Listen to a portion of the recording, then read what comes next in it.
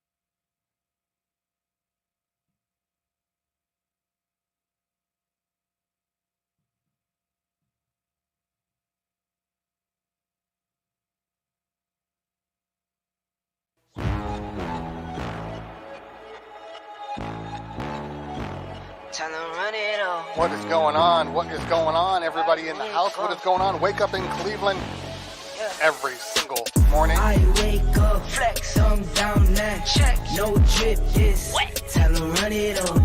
No sleep, no rest. Might crash, might wreck. But first I stretch. Tell them run it up. I wake up, flex, I'm down now. Check, no drip, this wet. Tell them run it up. I wake up, flex, thumb down now. Check, no drip, this wet. Tell them run it up.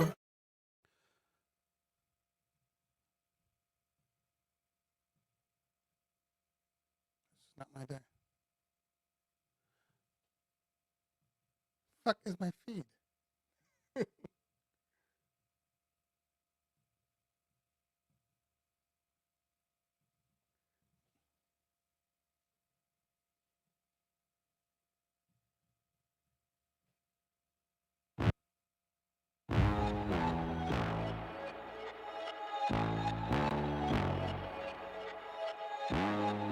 Okay, let's see if we can get this going today.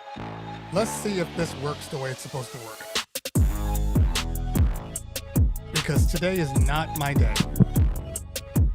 Today is absolutely not my day. Hope everybody's doing well. Wake up in Cleveland 3 days a week. At this rate, it's going to be 1 day a week because this is just not working. Hopefully everybody can hear me now. Hopefully everybody can hear me. Let me know in the chat if you guys can hear me. Let me know in the chat if you guys can hear me. Oh, man. Man. Well, that's great that you can hear and see now in Twitch. Thank you so much for sticking with it. You know, sometimes, for whatever reason, and I've said this before, for whatever reason, you know, you think everything's going well, you set everything up properly, things like lights don't want to be where they're supposed to be. Yeah, I know I'm dimmer than usual. I'm working on it. Now keep in mind, I have not changed anything, so I really shouldn't have this issue. But for whatever reason, everything's just a little off. And I don't have an answer for why everything's off. I do know one thing. I do know one thing that is affecting this.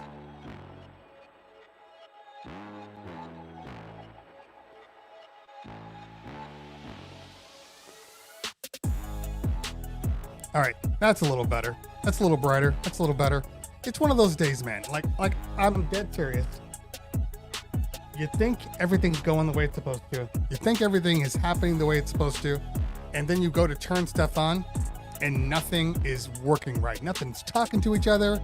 Nothing's communicating. I'm kind of screwed up right now because I'm testing out a PC. And in all honesty, nothing wrong with the PC per se. I'm not trying to put this on PC. But because I'm dealing with this secondary computer and all these other things, it's just there's too many things that I'm connected to and controlling right now. It is what it is. But we're good now. We're back online. Everything looks good. I think the lighting is good now. This is how bad it is. Okay? Honestly, I just want you guys to kind of see what I'm looking at here. So what we have here is my Ape Lab lights. Okay? 1 and 2. We got another one up here, which I didn't even turn on. And we have the lights behind me. Got it? My Ape Labs are wireless. I thought I charged them yesterday. 1 dead, 1 working. Okay, let's go with that.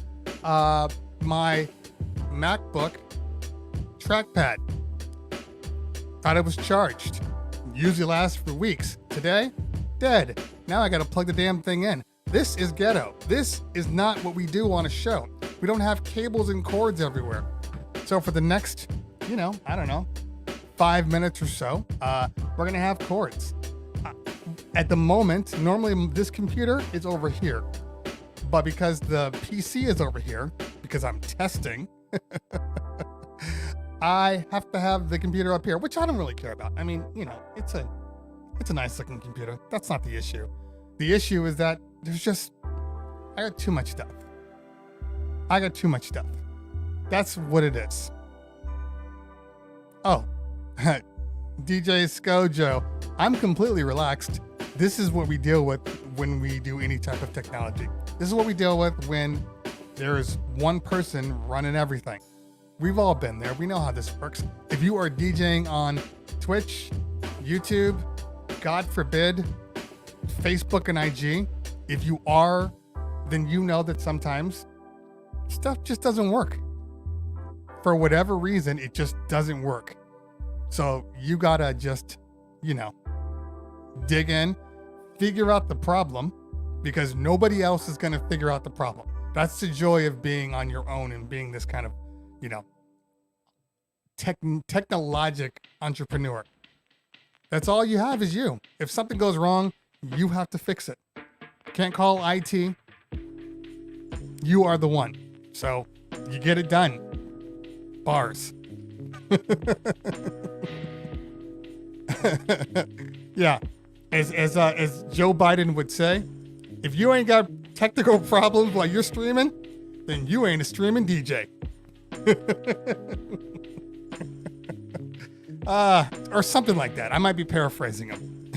So anyway, today we have a very, very special guest coming on in just a few minutes. We have DJ Puffy. That is world famous Redbud. What's a Redbud? Is that like Rosebud?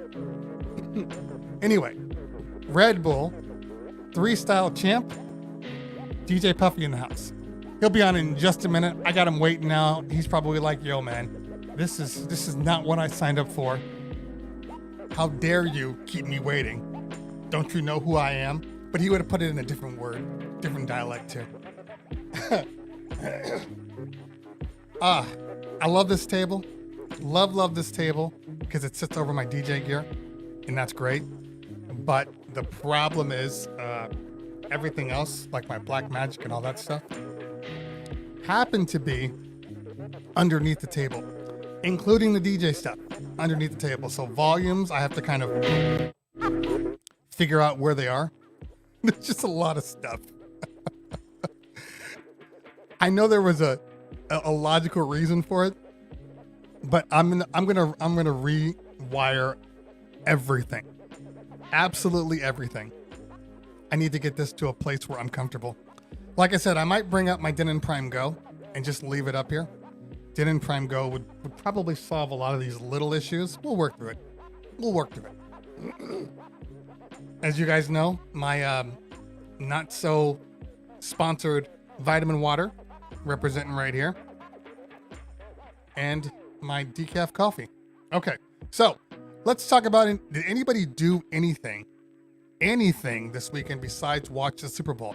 Do people even watch the Super Bowl? I watched Super Bowl. I played sports when I was growing up. I played football, ran track, played basketball. Did anybody watch the game? I watched it. I mean, I watched what you could call a game. It really was not that good. But as always, Tom Brady won again. I don't have a problem with Tom Brady. The man wins. That's what he does. So more power to him. Congratulations to him. Yeah, it was a crappy game. What did we think about the Weeknd's performance? That's the big question. How was the Weeknd's performance to you? Because to me, no.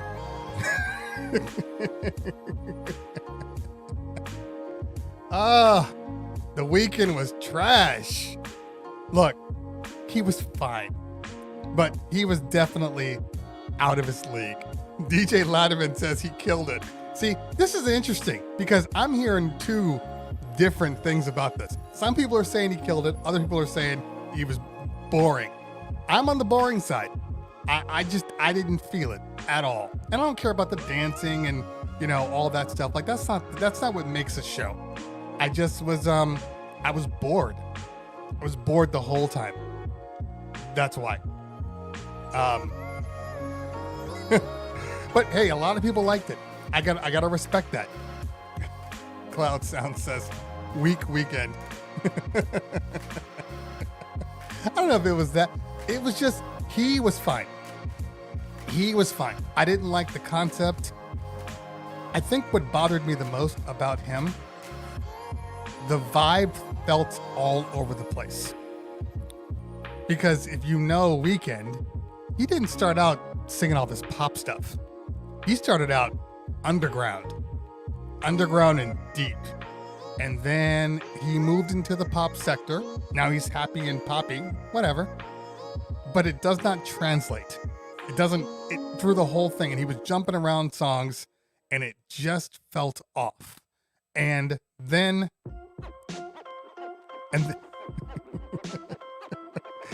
DJ T Diesel says, it's because your threshold for entertainment is much higher now after coming into streaming.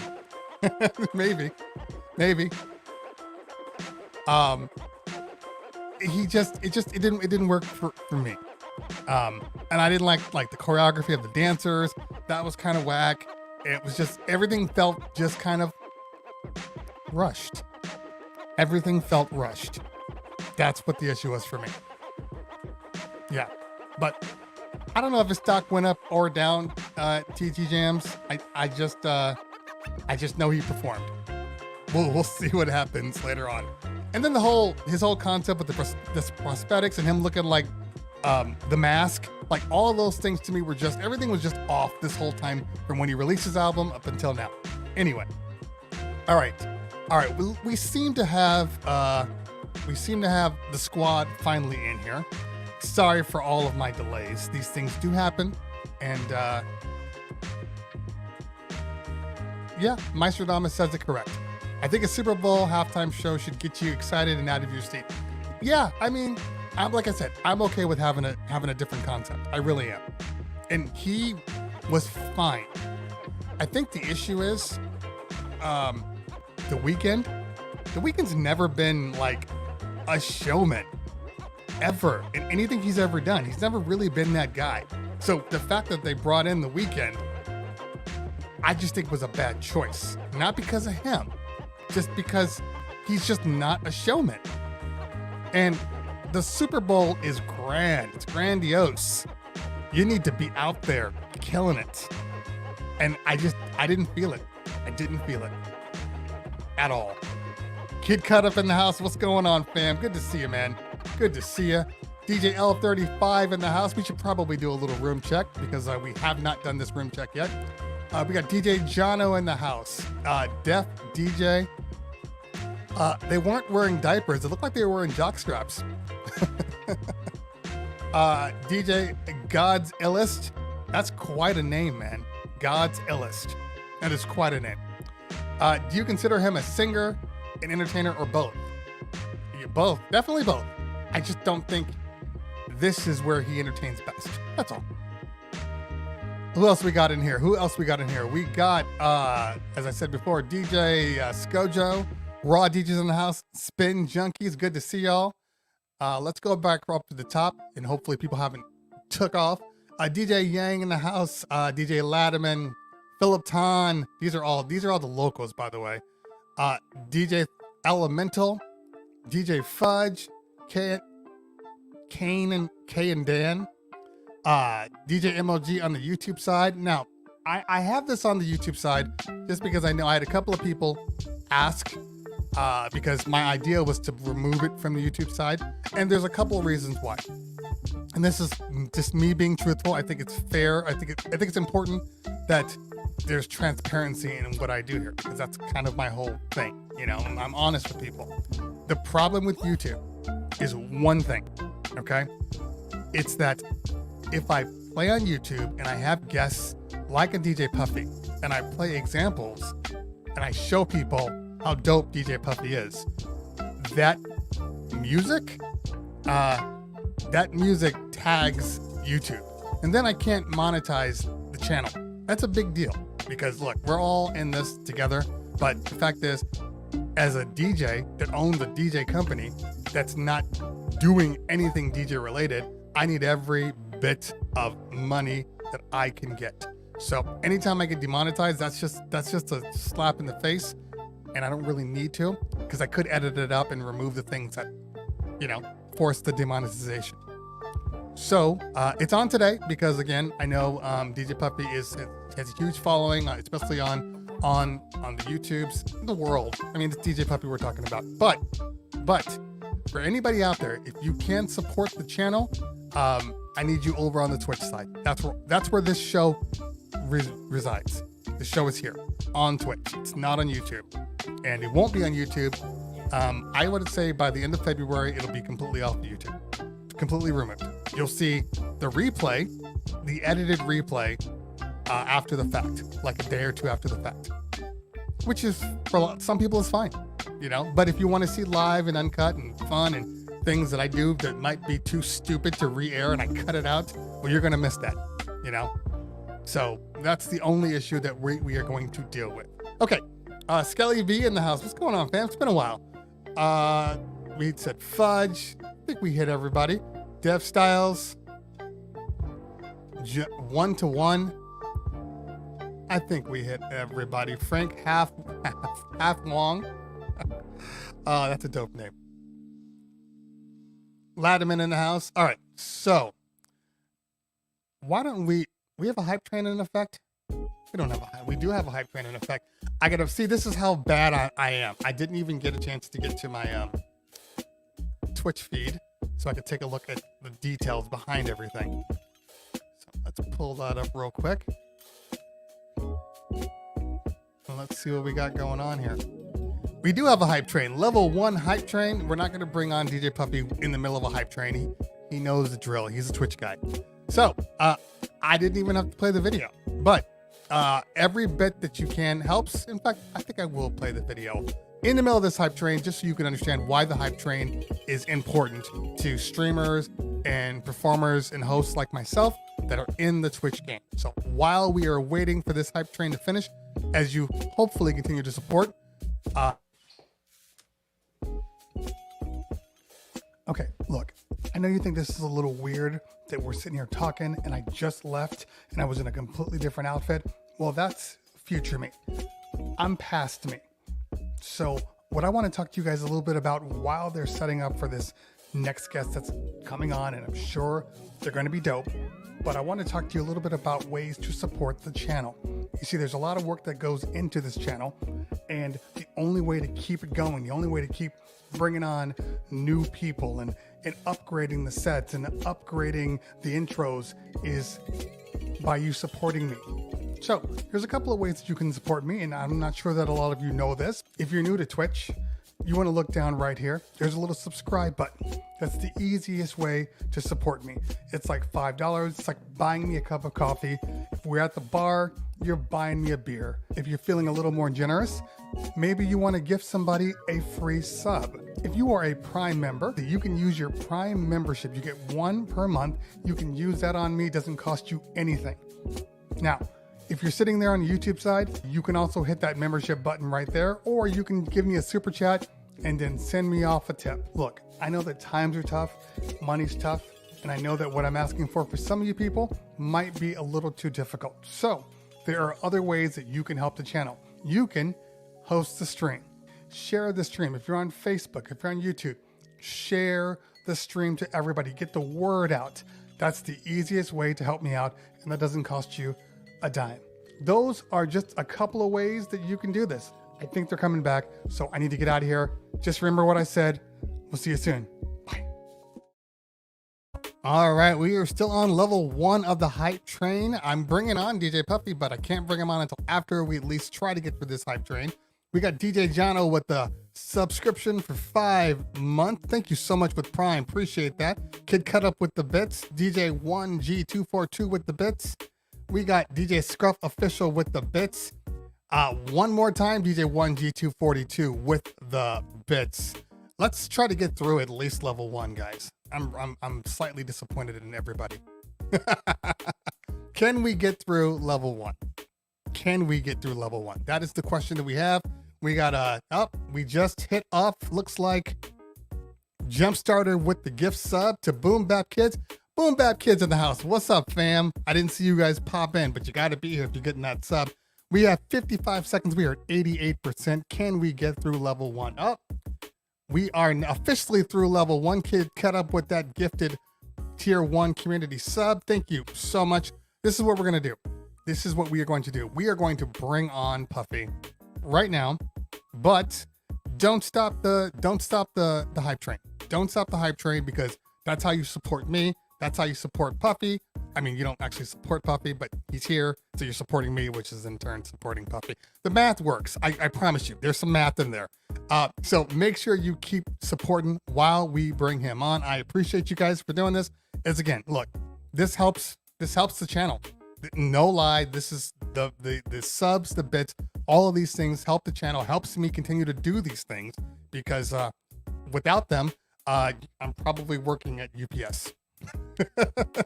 So if you enjoy the show, the facts are, if you enjoy the show, support your local streamer.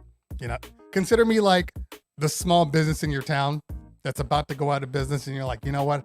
I know I could go to Best Buy, I could go to Home Depot, but I really should go to Cleveland Terry's Supply Emporium and just buy my screws from Cleveland Terry versus, you know, buying them from Home Depot. They may be a little cheaper. They might be, you know, but this is what we got to do. This is what we got to do to support one another. Level 2 hype train. All right, let's bring the man of the hour on, because I think it's his time. He's been sitting in that room for a long time now, and I know he's had enough. So we are definitely going to bring him on. Let's pull out my interview section, so I have all the things that I need from him. All right. And share.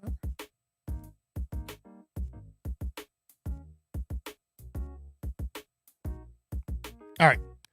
Ladies and gentlemen, I need to see the wake ups in the chat, especially these people that already got the new subs. I need to see the wake ups in the chat. We're going to bring on world famous, world champion, 3-style champion of the world. I need to see those emotes. If you got DJ Puffy emotes, I need you to throw those emotes in the chat, because ladies and gentlemen, we are definitely about to bring him on, but I need to see those emotes. I need to make sure you guys are amped up for this man. I need amp. I'm not seeing any amp in the chat. I'm not seeing any excitement in the chat. I need to see you guys throwing those emotes up. Let's do this. Let's do this. Come on. He didn't have to do this today, so at least give him some love. All right, ladies and gentlemen, honestly, it is my pleasure to introduce this man. I'm a huge fan of DJ Puffy, and we'll talk about that, because there's actually some things that are kind of funny. So let's bring him on right now. Let's add him to the stream. Ladies and gentlemen, put your hands together for Mr. DJ Puffy. Woo woo! And of course, I say that, and I don't even have my earphone in. Let's pop you over here because that's not going to go well. Word. All right. You there? I can hear the mic boom. Okay, sweet. Hello? I'm hearing echo. Echo? Why am I hearing echo? All right, wait. I might need to. It might be my fault. Hold on.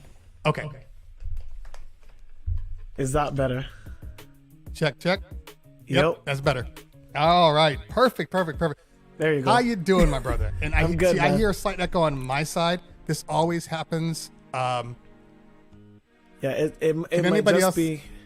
For me, it was Oh. just my monitors pointing at me. That's all. So I had to turn them off and switch to headphones. Gotcha. Okay, well, we'll go on, and if we need to make some modifications, we'll make them. It is what it is. This is what we deal with. So I appreciate you. Oh. All right. So, what time is it, by the way, right now? Right now, it is 2:24 in the afternoon. Oh, okay, that's not so bad. Yeah, I thought it was later 2:24. for you. Nah, Gotcha. it's all good. Afternoon time. So I went to the grocery store. I had a couple meetings and stuff. Yeah, so I'm very up. Well, more people might be waking up now. I'm very up. This is the earliest for me, and I definitely can hear a slight echo. I know it's coming from my side. I'll refresh the stream in a minute when we get kind of talking.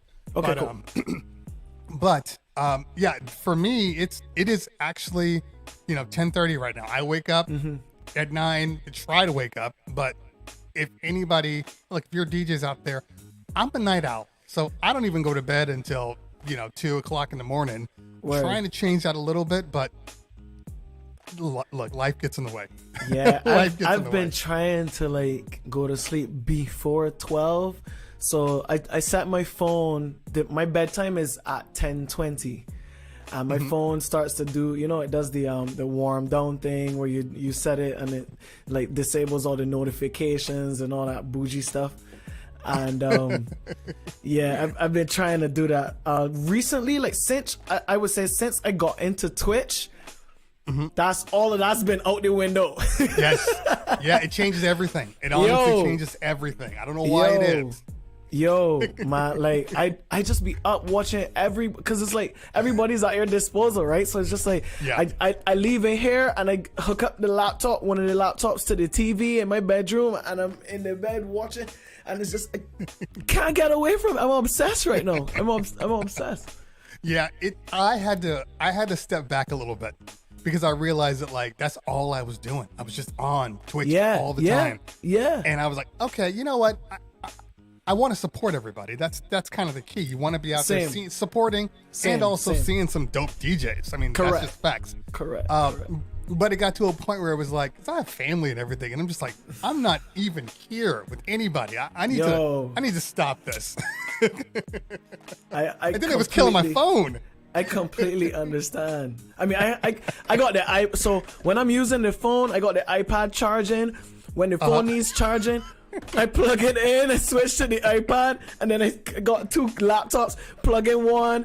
Yo, I'm all over the place with this thing, yo. Yeah. It's tough. It's tough. But look, I think we are in a position right now that we've never been in.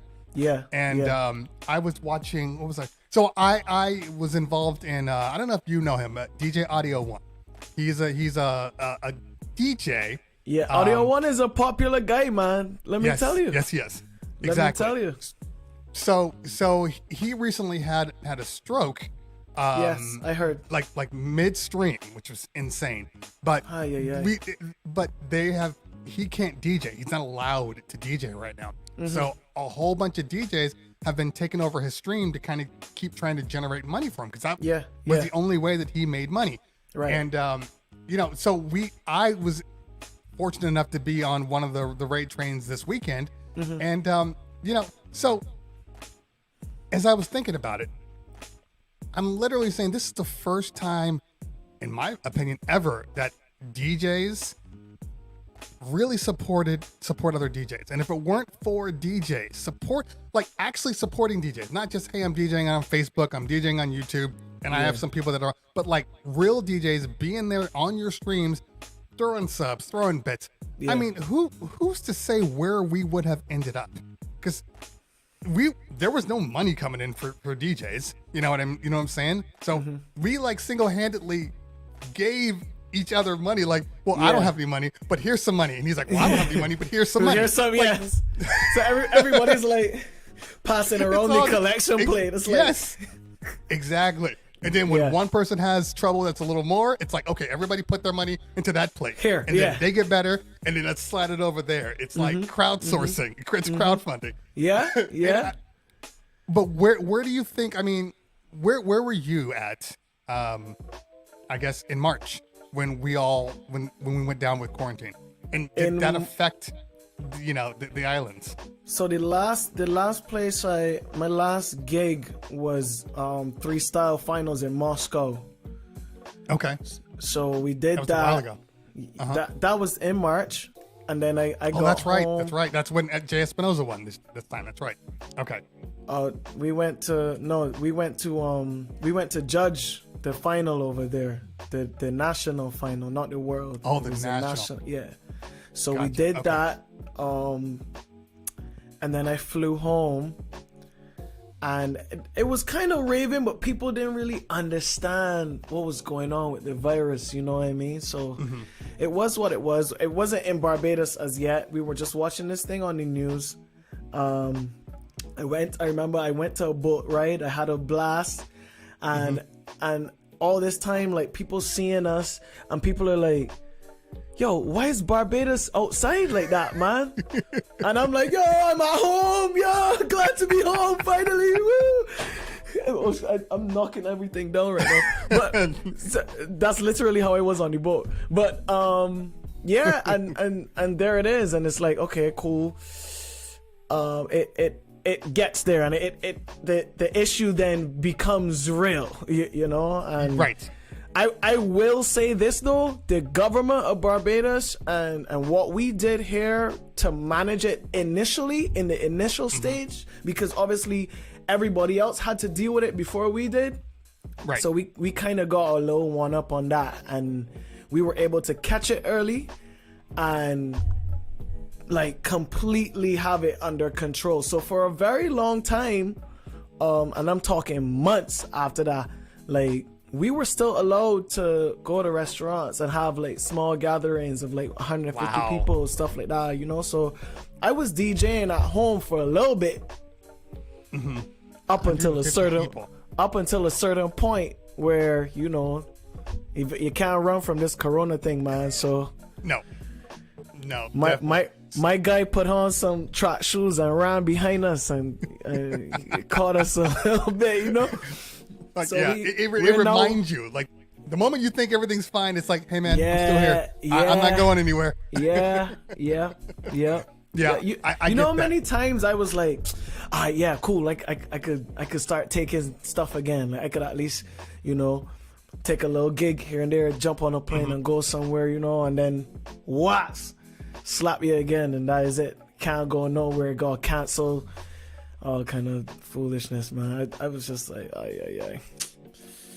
It's a tough one. Now I know that. So you won Red Bull in 2016, I believe. 16, yeah, 16. 16. Okay. I'm just curious, and we can probably get into this a little deeper later on. But my whole thing is, because I've seen people win huge shows. Okay, like for instance, you know, J. Espinoza won last year. Yeah. And you won, and all these people win, you know, SK, all these people win. My question to you is, did you feel a change when you won Red Bull? Like, after Red Bull finished, it's the next day.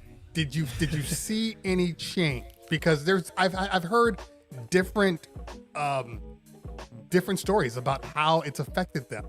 And so I'm next curious. Day? Let me see. Oh man, I remember waking up the next day and my phone just blowing up. Like Right. everybody's posting me. Like from like literal. I remember seeing I think Marshall shared my video. Yeah, Philip, I just fixed the audio. I had it on stereo, but I'm running the mic mono, so I just fixed it. Sorry. But yeah, I remember seeing Marshall post, a whole bunch of artists. Obviously, Rupi, that's a good friend of mine, so he would have shared the news as well. Like my Instagram was crazy. I got like 1 million followers, not literally, but Right.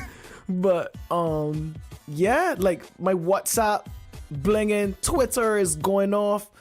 Like I was just like, yo, what is happening, fam? And I kind of just put down my phone and stepped away from it a bit. I was like, all right, cool. First of all, let me go and grab something to eat downstairs.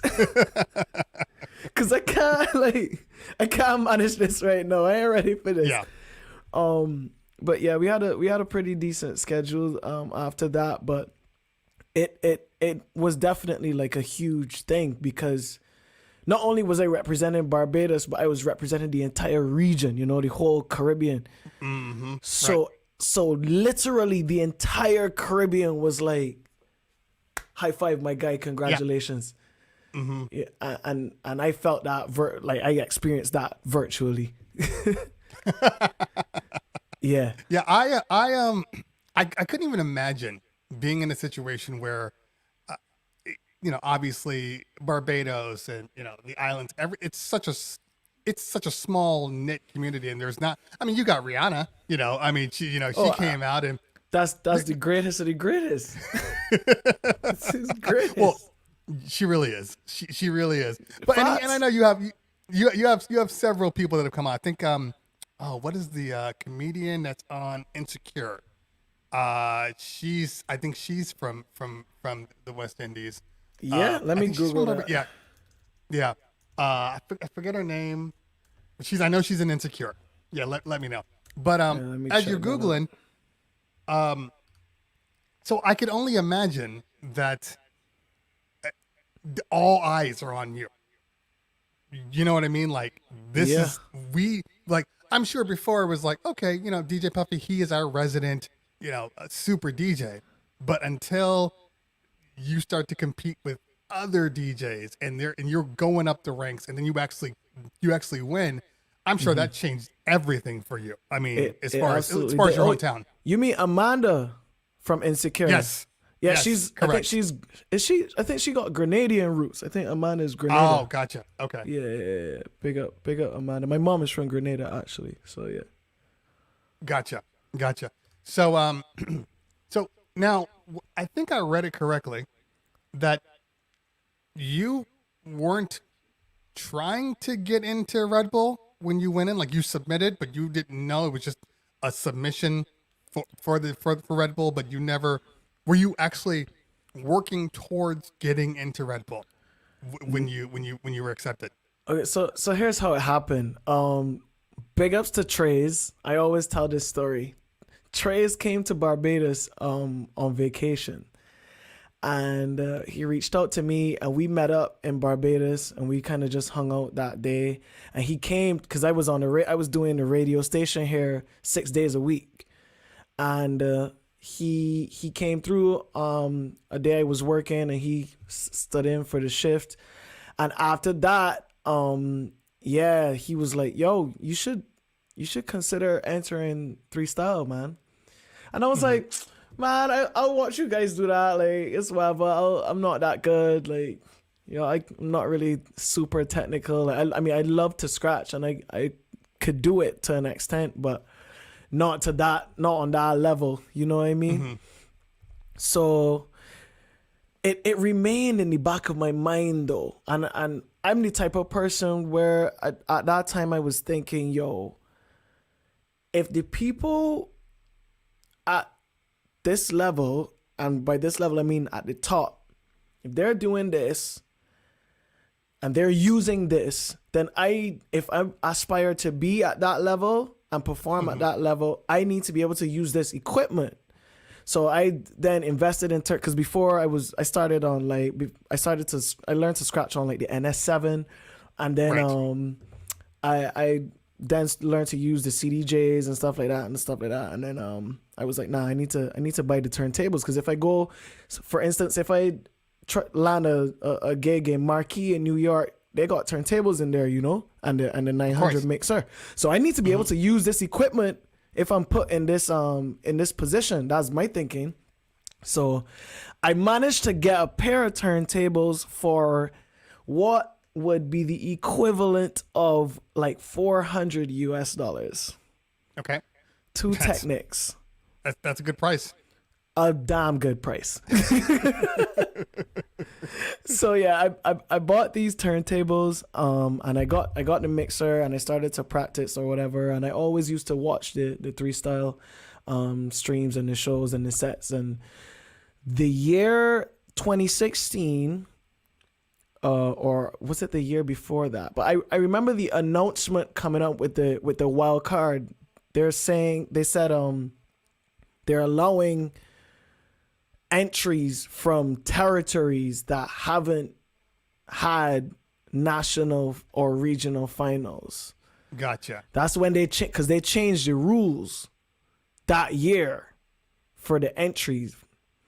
So I was like, man, I might as well try it, Put together this 5-minute set, practiced it a couple times. My photographer and videographer came over, James. We shot that video, and I edited it in the car. My mom was taking me to work on the radio station, and I'm in the car. She's driving, and I'm in the car on my laptop like this, like editing the video, like matching up the audio and like changing the cameras and ting. And I remember I exported it when I finished my shift on the radio that night. And I took a photo. I'll try to find the photo, but I took a photo like this next to the screen when I uploaded the video to Red Bull's site. I was like this, and I was like, yo, I just entered this competition, posted it on Instagram, whatever. Let's see if I get it. So time passes, and I think I uploaded the video, because at that point everybody used to upload their video to like YouTube or Facebook or whatever, right? So I was just following the thing. Like I uploaded the video, and I remember Pioneer DJ shared the video on their Facebook page. So when I saw that, I was like, and mind you, at this point, nobody is called to say that I got in or anything. Yeah, right.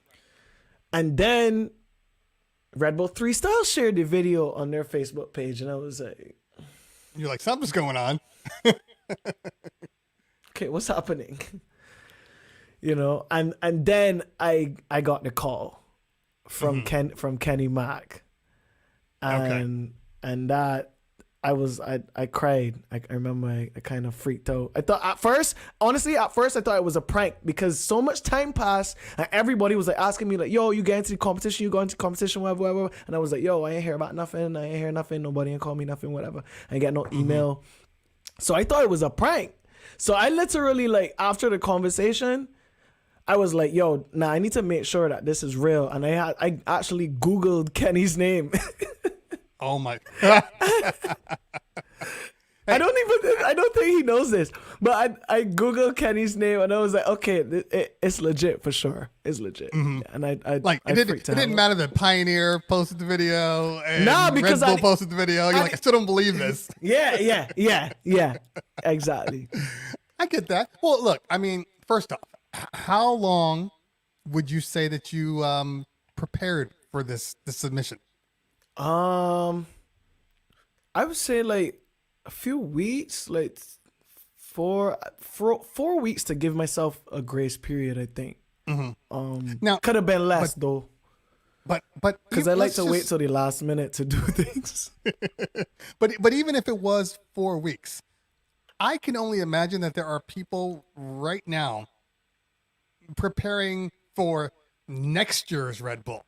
for their submission for next year, and you did it in 4 weeks and then got accepted. So I think that's a pretty impressive thing. You know what I mean? Like, just to kind of do it on a let's just see what we can do. Try a thing, yeah. I mean, give thanks for that. You know what I mean? Yeah. Give thanks for that for sure.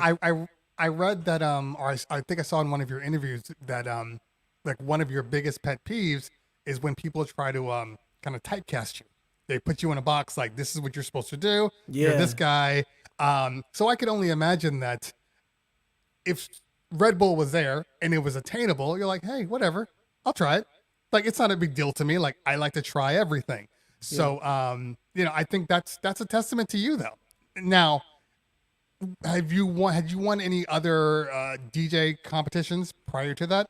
That was the first DJ competition that I've ever thought about entering, and I've ever entered in life. You set the bar way too high. Yo, I was just, I don't know. Like, it was just like, competition was never really my thing. You know what I mean? Like, I would love to watch it, but here in the Caribbean, we say music is a mission, not a competition, you know? So it's like, okay. I never really believed in, oh, I gotta beat this person or sound clash or anything like that. You know what I mean? Like, yeah, as a DJ from the Caribbean, you're gonna have little dub plates and you can try to collect like songs that you like, but I never said, well, yo, I need to have X amount of dub plates just in case a sound try to clash me, or you know, I was never that kind of guy. So yeah, first competition that I ever entered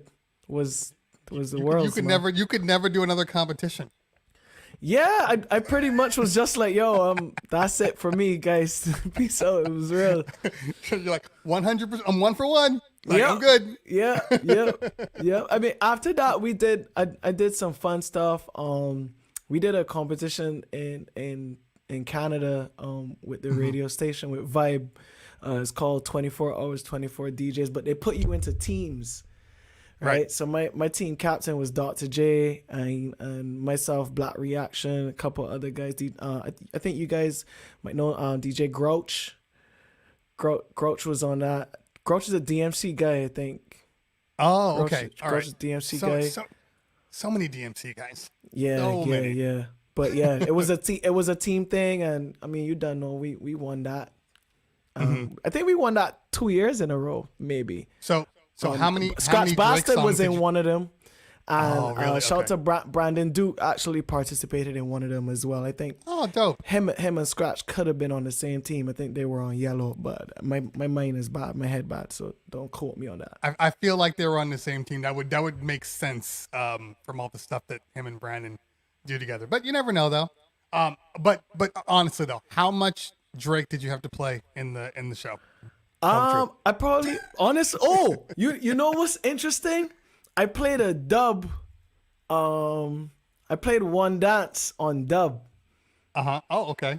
Yeah, because that a lot of people don't know, but that the year before that was the Culture Clash, I think, with Popcan, and Popcan was on it with Tony Mataran, and they clashed. They went up against Black Chiney and Wiz Khalifa and them, and Popcorn came out and they dropped the one dance dub plate. It's some unruly me say this song gone done the place, and yo, I played that version of the dub, and at that time, wow, one dance was like the biggest tune, so that that done the whole thing. I didn't even have to play no more Drake after that. You're like, this is from the source. This is 100% pure. Yeah, and you couldn't get that. Nobody couldn't get that dub. So I had to pull some links to get that. Yeah, no, that was the CDQ too. That was a high quality version, no rip thing. Yeah, I've done some events in Canada, and me and my boys or girls, whatever, we're like, let's go to the club, and at least in Toronto, Toronto's my favorite city, by the way. Hence the flag. It really is. Yeah, people don't understand. Like, they want to say, oh, Toronto's just like America. It's like, you know what it is, Nah. but it's different. It's so different, and it's like, and it's just, everybody's nice. It's kind of like, it's hard to explain. This is my definition. Toronto is a refined, cleaner, more diverse, and nicer version of New York. Okay. All right. I can see that. That's my thing. So yeah, I love New York. I love the city of New York, but Toronto is cleaner. The people are nicer, and it's a little bit more diverse, and it got a little bit more structure. Right. Yeah, it's actually one of my favorite places to go. When I went, I was like, I could live here. Everybody's always trying to migrate from America. I'm like, Toronto ain't a bad place to live. I would definitely move in a heartbeat. Yeah, but the clubs. So there's a whole strip of clubs, like Club Lane. I forget what they call it, but it's like every club is right next to each other. Like they do in San Diego and New York and all that stuff. It's the same thing. And I remember we went into 7 clubs that night, and I think we heard Drake 42 times. It was like, is this just a requirement? Like, you have to play Drake? Like, there are other people. Oh, big up to Shai. Shai said on King Street. Yeah, that's definitely King Street. Oh, there you go. There you go. So, but still, super dope. And come on, poutines? I could eat poutines all day. Yeah, man. All Poutine day. is the thing. At first, I was like, yo, y'all put gravy on fries? Like, nah, dog. What kind of thing y'all doing? But you can't knock it until you try it, eh? Exactly. It's it's just good. It's just good. Yeah. I mean, bottom line. So, all right. So prior to winning Red Bull, you were a local Barbados DJ. Yeah. Yeah. How long were you DJing on the radio? I did up until 2016. I was there. I started interning in 2010. So that was 6 years. Okay. All right. 6 years. Yeah. Right. Now, I know you said you learned on the NS7 and you were interning in 2010, but when did your love for DJing actually start? I was 15, 16, 17, somewhere around there. Okay. And So it started later for you though. Yeah, very late. And I downloaded Virtual DJ. Everybody does. And yeah, absolutely. And I started messing around with it. And Now hold on. Now, when you say you downloaded Virtual DJ, was this a legitimate copy or was this a crack copy? We're not gonna get into those details, but we're not gonna get into those details. But I'm somebody done bought me out, yo. No, but I'll let you finish your story. But it's one of those funny things to me. No, and I'll let you finish because I did this whole thing once, this video about how everybody, the world uses Serato and Record Box. Like if you're in a club, you might use Record Box or Serato. That's it. Okay. People use Virtual DJ, but they don't use it as much. And the Virtual DJ community blew up on me, right? And I was like, because on their website, it's like, no, we are I think it says something like 75% of the entire DJ community uses our stuff. And I'm like, I don't see that anywhere. And then I started thinking, I was like, but they probably track crack versions too.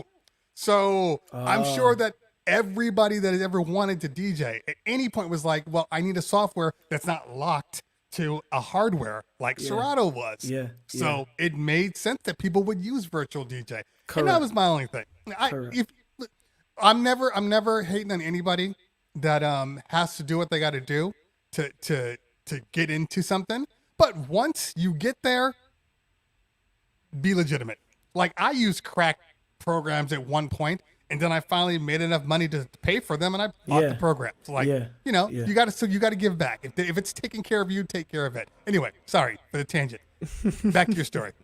But yeah, I downloaded the Virtual DJ, started messing around with it, and then I remember I started up this thing where you could go on this website called listentomyradio.com, and you could use a key to stream through, and this oh my gosh, this the early generation streaming vibes. Right now we doing video all kind of thing, but you could have streamed from the program to this link, and I started doing that for my friends, like my friends, like while they were at home from school. I would go home in the nighttime and just turn on virtual DJ and DJ, and people would like log on, and it was this cool thing where people would all like join and type in the chat and whatever, and it was cool. And from there, like my name started to buzz around in other high schools, you know. And then from there I started doing like the high school parties and little house parties. And then after that, and this is all using a Lenovo laptop and virtual DJ. Right. And then after that, I was like, yo, like I tried to save some money for my dad's friend had a pair of CDJ 200s. Okay. Wow. And I bought a Behringer 4-channel mixer off Amazon. It was like $200. And I waited forever for it to come in. These CDJs, I think I bought them for 800 Barbados, so that would have been like 400 US. And I put these things together, man, and I started burning CD after CD. And right. yeah, from there I graduated to CDs, bang. And there it is, my hobby was born, you know? Yeah, I get that. I get Yeah. that. So, one of your, I guess, not so much claim to fame, but the way you DJ is you're all over the place as far as vibes, as far as style, but you still retain, you know, that island vibe to it, you know, that soca vibe, but you play a lot of different genres. Where would you say, you know, that came from? I mean, like I've never been to Barbados, so I don't know the vibe there, but I would kind of assume that like it's either the biggest of the biggest tracks.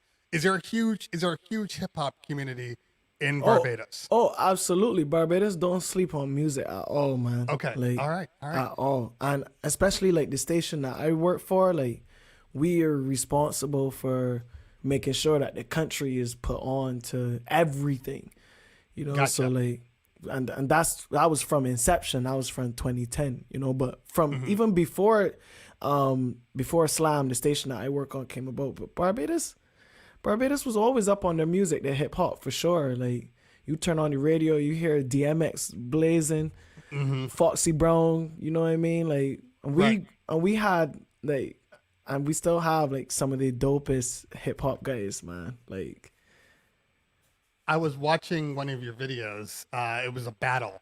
I forget who you were battling, but it was huge, you know, huge group of people, and you guys were speed mixing through tracks. So but it was Scratch. like, That's me and Scratch, yeah. Yeah. But I was watching the crowd. Today is and actually his birthday. Today is Scratch Is it Master's really? birthday, yeah. Oh, dope. Well, I mean, if you were watching, happy birthday to him. But everybody knew every song, Every like, single song, word yeah. for word. I was Yeah, like, that was oh, actually okay. in Toronto at Cabana. Gotcha. that was That at makes Cabana. sense. Yeah. Toronto's all the good parts of America. I guess what you'd have to say. All right. So, you know, let's, I want to show a couple of clips to people because I know, most people know who you are, but others may or may not. But as I was looking through videos, and by the way, I do want to point out, your social presence is on point. It's one of the first things I noticed appreciate about that, man. yeah, Thank you. about your stuff. Yeah, I was watching it. I'm like, is that Boca? Is that like you have like you actually shoot in like real modes and it looks like you actually do color corrections and Yeah. I was like, okay, like he actually, a lot of people don't get it, that it's the polish that really transcends everything Man, you do. I think a lot of people don't know that I'm actually big IT nerd, man. Like I went to school. Well, I you studied, said you for computer science, right? yeah, I studied computer science, and then I switched over to international business right after. So like I'm that nerdy guy, man. Like I get down into the nitty gritty, all the programming, all the C, C++, all them. Started learning on Pascal, all them programming languages. So I'm into that, and I love videos. I edit myself. I'm just into anything that's techie and fun. It's all fun and games for me. It's a hobby. So you still to this day edit all your videos yourself? Most of them. James edits some, and I edit some depending on what I want. If you pull up a video, I'll tell you if I edited it or not. Gotcha. But my manager is also into filmmaking, so I learn everything from everybody. Well, that was my next question to you was because it's rare that anybody has their own like film crew following them around everywhere. At what point were you like, I want to be bigger than everybody else, and let me put this game on notice about who I am and what I am? At what point were you like, let's do this? Because look, it's first off, it's got to take either you're paying somebody or they're doing it for free. And why are they doing it for free? You know, and why, it's like, it's all these little things. Tell me about your team. So initially, like what inspired me to get into just vlogging and stuff. First of all, I used to follow, and I still do follow DJ Camilo from New York. Mm-hmm. And Camilo always used to do these like behind the scenes videos and vlogs and stuff. And then I think everybody knows the DJ tutor Alaskans. Mm-hmm. So I used to watch him as well. And I was like, he would always do like gig vlogs and gig vlogs and stuff like that. And at the time, like he was booming on YouTube. Like, so I was like, yo, like nobody really from the Caribbean does this. And we have fun. Like, so I want to be able to document this stuff and share it with people too.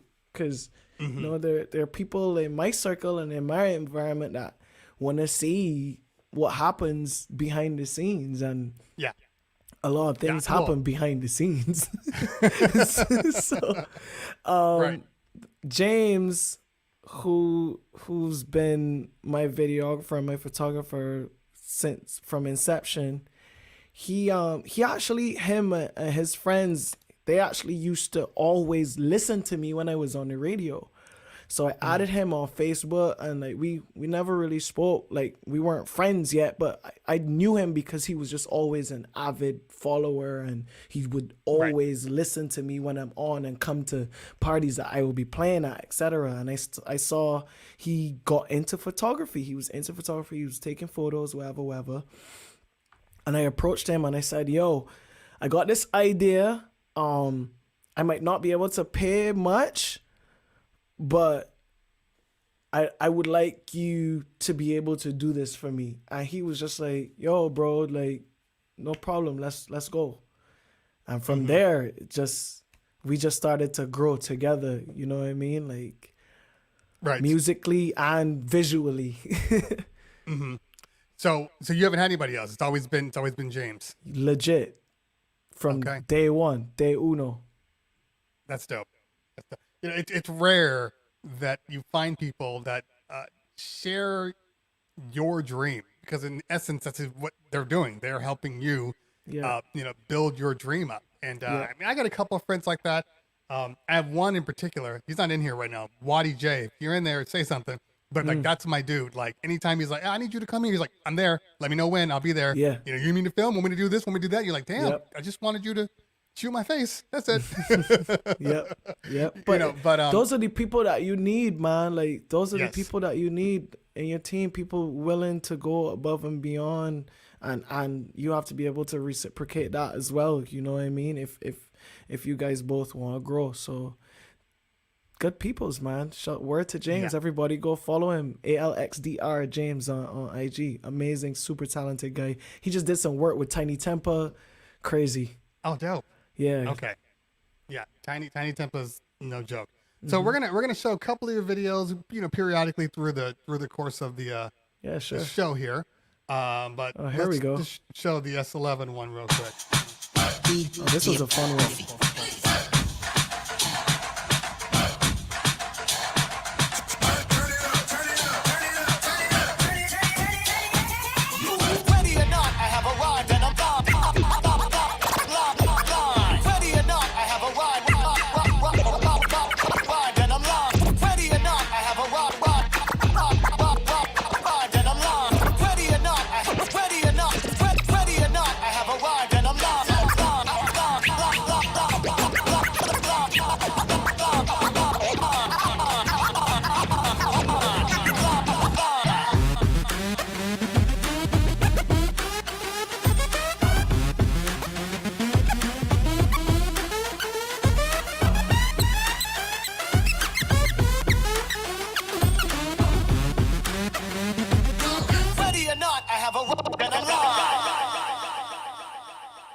So, first off, I'm curious. I ask all the DJs because all the larger name DJs, of course, get typically product from manufacturers, especially if they want you to demo it, if they're sponsoring you. What's your take on the S11?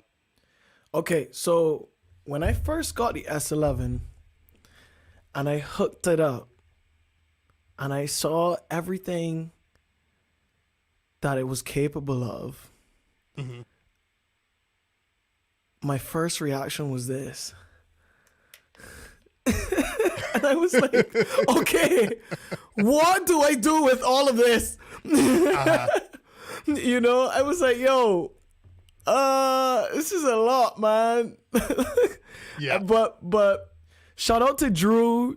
Drew came through and we had lengthy conversations and sessions. Well, all you had to say was Drew, and then lengthy conversations were just the expected outcome.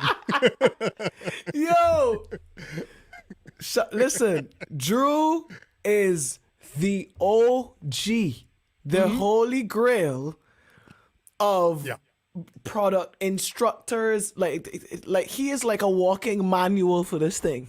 You understand? Yes, amazing. And Drew kind of was able to take all of my thoughts and put it on paper and allow it to make sense.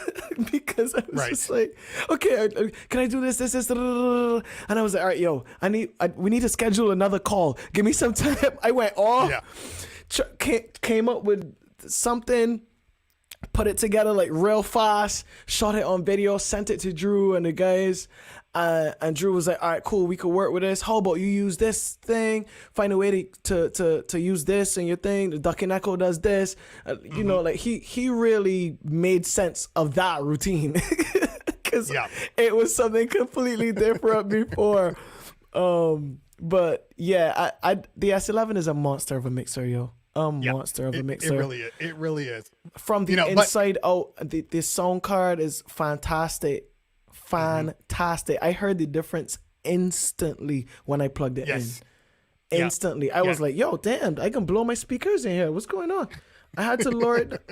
I had to like turn on the volume. But yeah, you were asking.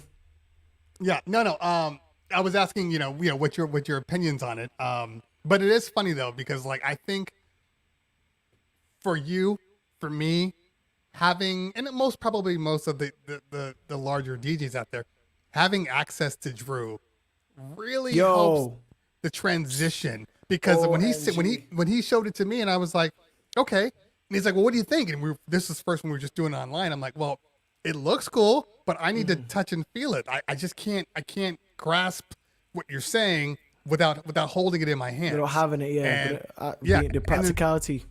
Exactly. So when I finally got it, I was like, oh, okay, well, this is dope. But it doesn't do this. It doesn't do that. He goes, oh, actually, it does. Hold on. And then he goes, and he sends you the little patch. The file. Yeah. Oh, okay. It does everything I want now. That man is a wizard. A wizard. Yes. Yeah. Incredible almost to the stuff. point where he can sometimes you can be too nerdy and nerd out too much. And then you're like, oh, I've created this thing. You're like, well, that's amazing. but why would I ever want to use that? Yeah. It's like, yo, I don't think I would ever use that though. But that's dope still. Like, that's cool. Right. Yeah, that you made it do that. Like, you can make coffee now. Like, that's dope. Good. But I'm DJing, not making Does it coffee. play music though? Very true. Now, what did you use didn't you use the 900 series before that? You use the S9. I'm sorry. I used the S9. Yeah, I used the S9. Okay. I used the S9. So yeah, coming from the S9 to the 11 was a pretty easy transition.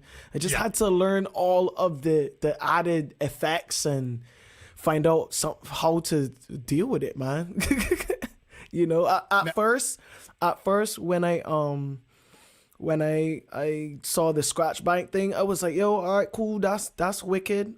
Especially like if you're touring with an artist and you could be able to like load it up and scratch behind their backing tracks and stuff, you know, because I used to do that with my shell. But so it's good to have that easily accessible. But when I saw I think DJ Scratch did a video for it. And I was like, okay, this is wicked. Like, I really saw how he was using it, and I was like, all right, yeah, this is mad. Now, your favorite effect, and look, I love ducking echo. It's one of my favorite echoes. Ducking ever. echo is the maddest thing, and the smooth echo too. I mean, it's almost the same thing, but you know. Yeah. It's funny because people are always like, well, how many echoes do you need? It's like, how many you got? Because on this mixer, they do different things, and it's rare that you can find that. But having said that, every so often, do you ever find yourself using a more basic mixer, like the S7 or like the Rain 70, and kind of it taking you back a little bit to when you didn't have all the bells and whistles? Man, I'll be very honest with you. From the time I upgrade, I don't even look back, man. I don't like, you know, like, I remember I had to do a party. I think somebody mentioned it in the chat here. It was for like Capital One or one of them. It was like Art Basel weekend, something at the W Hotel, something like that. And they had a DJM 900. And after using the S9, I showed up and I was like, what is this life? Like, I have to hit my cues on the laptop. Like, this is the ghetto, man. I was like, yeah, but man. From the time something new comes out, I tend not to look back, man. Like, I never really go back to anything. You know, I don't hook up. Right now, I got an S9 underneath this table here in the case, and the gold one is saved under a deck saver over there. And Gotcha. that's where they stay. Okay. Now the gold one is. Do you want that in Red Bull? Were they Yes, giving out S9? yes. What were they? Okay. Yes, Gotcha. S9, yeah. Well, yeah, you got to keep that one, obviously. Yeah, absolutely. And the gold turntables are in their boxes, covered down. Yeah. You don't ever pull out the gold turntables? Like, let me just show some people real quick. Nah, those are museum. Those are artifacts right now. Okay. I think because I've seen Crazes and that. Crazy. DJ Vice, and DJ Vice has some gold ones too. Okay. They look good though. They look yeah. clean. Oh my God, they're amazing. They're amazing. But you made the jump to Twitch. How long have you been on Twitch? I created my account a while ago. Tried it out before, like, let me see. I'll pull up my Twitch and try to swing back, but I tried it out a while ago, like before this whole wave and the quarantine thing, because I also really love gaming, so I used to watch a lot of people like just play games on Twitch. But yeah, I used to stream like my radio sets on Twitch as well. Gotcha. And then I stopped because it wasn't that popular like in the consumers. You know, it was better to do it on YouTube, or like everybody was jumping on the Instagram live thing. So, and this was like before you used to get cut off and thing. But You mean 1942? That's what it feels like. But yeah, I was on it for a while, but I didn't put my energy into it until recently. Gotcha. And I I'm noticed very glad you I were did. on what? I think you were on Thursday or Friday. Yeah, so I do Wednesdays, Thursdays, and then we Mm-hmm. did. I stream my radio shift on Saturdays, and then we did a special event on Saturday evening, Saturday night as well. Gotcha. Now, I see a question that just popped up from Local Lopez. I don't even know if you have an answer to this. Do you use Mixcloud? Yeah. Yes, I use Mixcloud. Okay. Fun. So I have the a question- funny story. I don't know if we could Yeah. talk about it, but No. I got my SoundCloud account actually got deleted recently. Why? I got the 3 strikes for copyright, and they wiped my account. 8 million all time plays just gone. Oh my God. Yeah. So I had it was so bad because people were DMing me all the time. Like my manager called me and was like, "Yo, Lewis Hamilton's people just asked me where your SoundCloud is," and I'm like, "Yo, whoa, okay." Yeah. But yeah, I do use Mixcloud. I post up all my Saturday shifts and stuff there. Mm-hmm. Yeah. And But for I live think the stuff, I question is- do Twitch. Yeah, for live stuff, Mm-hmm. I'm into Twitch, and I do Mixcloud for the recorded stuff. So I think the question is going to be for a lot of people, because I think that even a lot of people for instance, on YouTube right now, for some reason, I have 100 people chilling on YouTube when they should be on IG. And IG, this is what we're doing here. We're talking about IG. It's coming in. You guys should be on Twitch right On now. Twitch. I'm letting this go. But So you got this 100 number should people be on the higher. YouTube right now. Yes. Oh, Yeah, 100 okay. people on YouTube. Yeah, 125 on Twitch. Yeah, the number would be better if you guys would just move over. But I think they're setting me up because they know that that I'm like a hair from partner. I think just I based- might have shared the YouTube link to my Facebook, so that's why. Oh, that could be it too. That could be Yeah, it too. And it is yeah. what it is. Like I never get mad at people. I have friends that are also in the same field as me, and they're like, "Oh, you shouldn't do that." And I'm like, "Look, I happen to have fans on both sides, and YouTube is where I made my popularity happen. It was YouTube that did it. It wasn't, Twitch. So I gotta at least give them something before I move it off completely. And I'm actually considering just making a whole wake up show YouTube account where I just put the clips on there, kind Word. of like Joe Rogan does. But we'll see. We'll see. Enough about me. But why do you feel?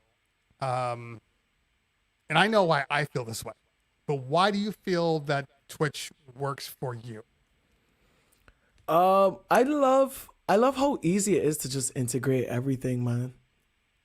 Even with the money making side of things, with the bits and the subscriptions and all that stuff. Like, I think they just make it really easy for us to just show up and be like, yo, this is what it is and this is how it works. Okay, great. And it's easy to grasp for the consumers and the audience as well. So I love that, I think on YouTube for me, I mean, of course, the bottom line is they don't cut you off for the copyright thingamajiggies. Copyright police don't show up and shut down your thing. But yeah, I think how It's a easy it different is people. coming from my IT senses say it's user friendly. It's very user friendly. I love it. It really is user friendly. I mean, it's Yeah. funny because it's user friendly, but understanding Twitch etiquette and Twitch style, that takes a minute. Because I remember when I first got on, and it wasn't that it was hard. I'm like, okay, there's a stream key. It takes OBS. Okay, great. I'll just do what I do. But I was like, okay, but where the hell is my stream key? And if anybody uses Twitch, when you first get in the back end of Twitch, it's a little shaky, but like you have no idea where anything is, and where things you think should be at a certain place, it's not there. Like it's weird. Now I know where everything is, but like for the longest time. man, I have a master's degree from the University of YouTube, and it is one of the greatest qualifications that I've acquired in my life. And I would encourage anyone to pursue this degree from the University of YouTube, because everything is there. Yeah. Everything is true. there. Everything is there, man. It's 100% true. Look, I would not have as many subscribers as I have, and I know you have a lot more than me. You have like 3 times my amount. But like, if it weren't for YouTube, I would be nowhere as far as social, you know. So YouTube has helped me a lot. 100%, man. Now I noticed, because you're sitting at like, I think around 79,000 subscribers on YouTube. Yeah. Did it jump up after Red Bull? It definitely did, because after I uploaded my set to YouTube, it definitely did. And I mean, to this day, that video is still getting views. You know, I'm subscribed. I go to the dashboard of YouTube and I'm like, yo, people still watching this? But I got a couple of videos like that too. I did a Beats solo review. It was like probably my 5th video that I ever did. And I didn't realize that people were still looking at it. Like, I'd get a comment here and there, and then I go to look at it, I'm like, this thing has like 300,000 views. Like, I know that's not big for like an Apple and iPhone reviewer, but for me, that's a huge number for just talking about video, Beats. Yeah, so I'm like, hey, I'm not complaining about it, but I always tell people this: I don't make any money off that video. And I'm sure you, just like you, because I was stupid in the beginning, and I think everybody's stupid. I'm actually going to do a video about this, but I took the copyright-free music that they post all over YouTube. Like, you can use this for free and as much as you want on your channel, and you do that, and then like 6 months, 9 months later, all of a sudden, slap you with a nice strike there. Hold that, man. Yes, give me my money. Right, yeah. I never got the strike. I haven't been copywritten strike, but they select all the money from you. All the money was gone. So that video, I didn't make a dime on. And people are like, why don't you just cut out the music? I'm like, because it's a learning thing. This is a learning experience. And after that day, when I found that out, I was like, I'll never use anybody's stuff. I'll make my own. Now, you actually are a producer yourself. Yeah. I try a thing. Okay, all right. Now, how much would you balance that out with your DJing? Like, how much? What's the balance? 70-30. 70-30. Yeah. Which isn't bad though, because 75-25. Depending on the day. Sometimes it's 80-20. Sometimes. Sometimes I'm 80% producer. I'm like, I don't want to do anything DJ related. I want to make music. And then the week after that comes and I'm like, ooh, what is this over here? Now, when you do use music, when you do produce, what's your go-to software? I use Machine and Logic. So I build in Machine, Native Instruments Machine, and I arrange and mix in Logic. Now, are you using the newest Logic? Yes, I believe so.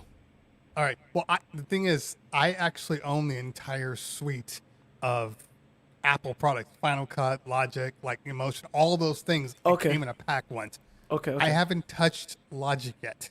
You serious? And I know that I know they added in some stretching utilities, kind of like Ableton Live does.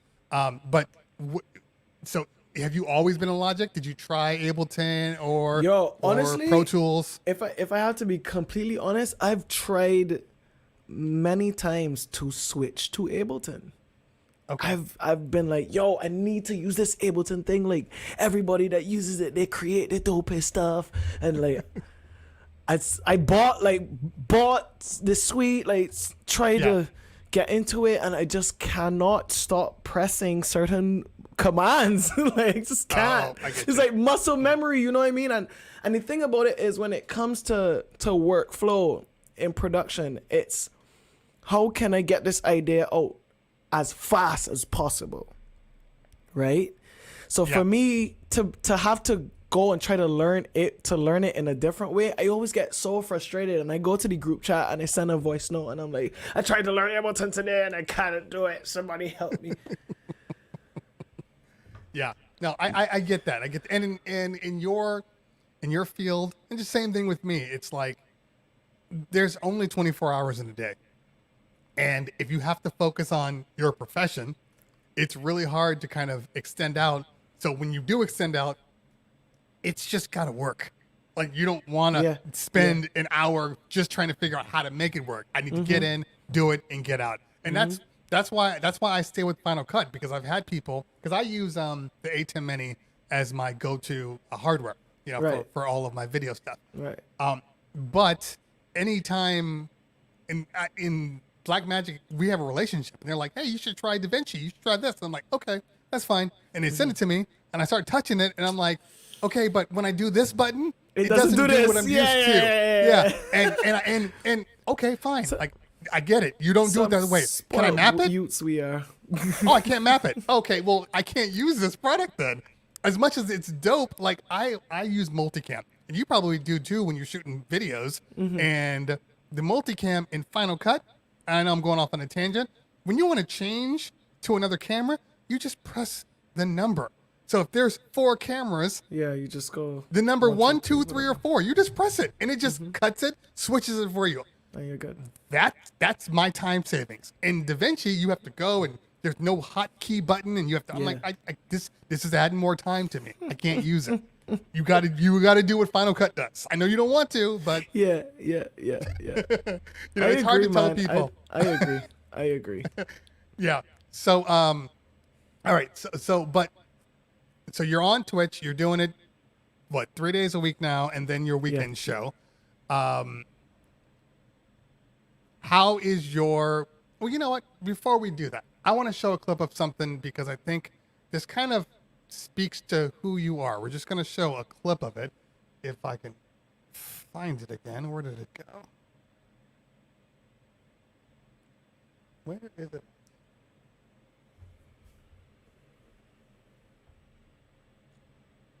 Oh, there it is. Okay.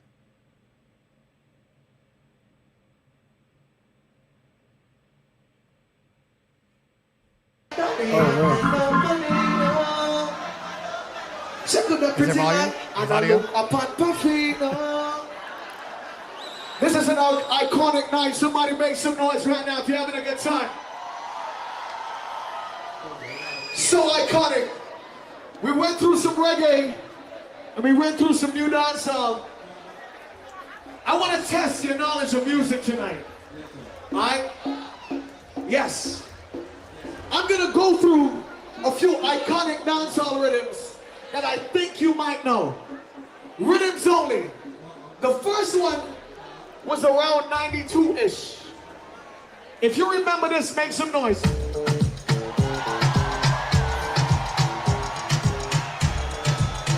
And a song on this will go something like,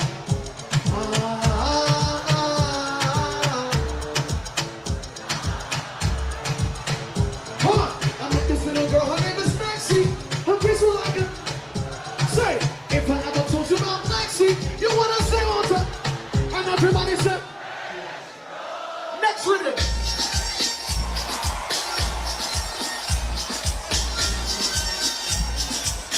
Everybody, give me a vocal.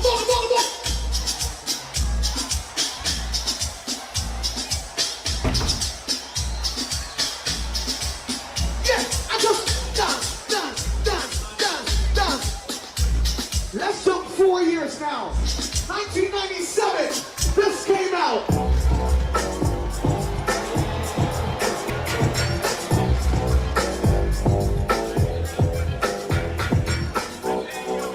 If you were at Beanie Man, listen, I'm not here right now, listen. The Beanie Man on this goes like what?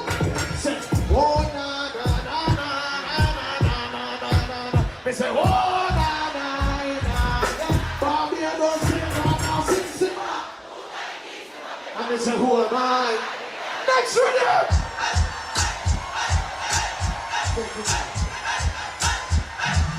My favorite artist is Beanie Man. Hold on. So we sing again. What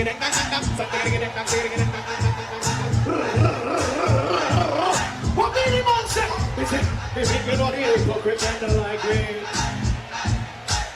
Cause them a cut and got you can't love in a way.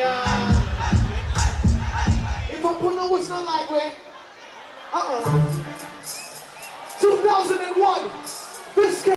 So 2001, well, not 2001. That was a song, but so two things that I noticed.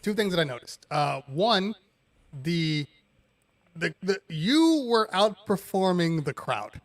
They were with you, but it was clear that you were pulling all the possible energy that you could out of this crowd. And sometimes that happens. No matter how good you are, you just run into a crowd where you're like. So here's the thing about this this video, right?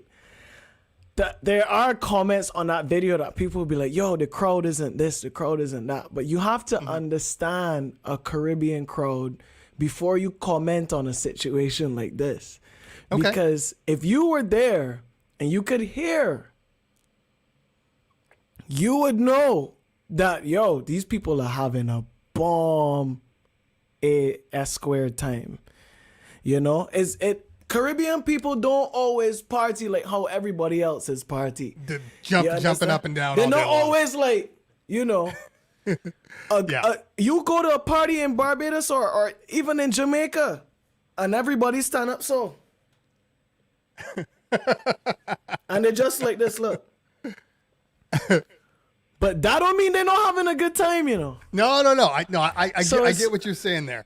It's very interesting, man, because people who don't know will be like, yo, the crowd was flat and the crowd was dead and ting, but people don't really party like how other people like in America and people of Ultra Music Festival would jump up and rave and ting like that. If I load the music and you hear the sing out, and we call it the forward, if you hear them singing, or they made noise for the rhythm when you play. Exactly. Somebody said kind of like New York. Very, very like New York. Very much like New York. Yeah. If you you see two gun finger in the air, you don't know people having a good time, man. Well, I think, and by the way, shout out to Boy Genius. I see him in the chat. Boy Genius, big up yourself. Yeah. Boy Genius. He just took the Who Wants to Battle crown this time on Friday night. Oh, word. Congratulations. It was Boy Genius versus Bo Knows DJing. And it was a great showdown. They did you'll get a kick out of this. They decided to do 6 rounds of competition that night. Yeah. And it was insane. Like they were killing it though. They both of them killed it. They did a great job. Man.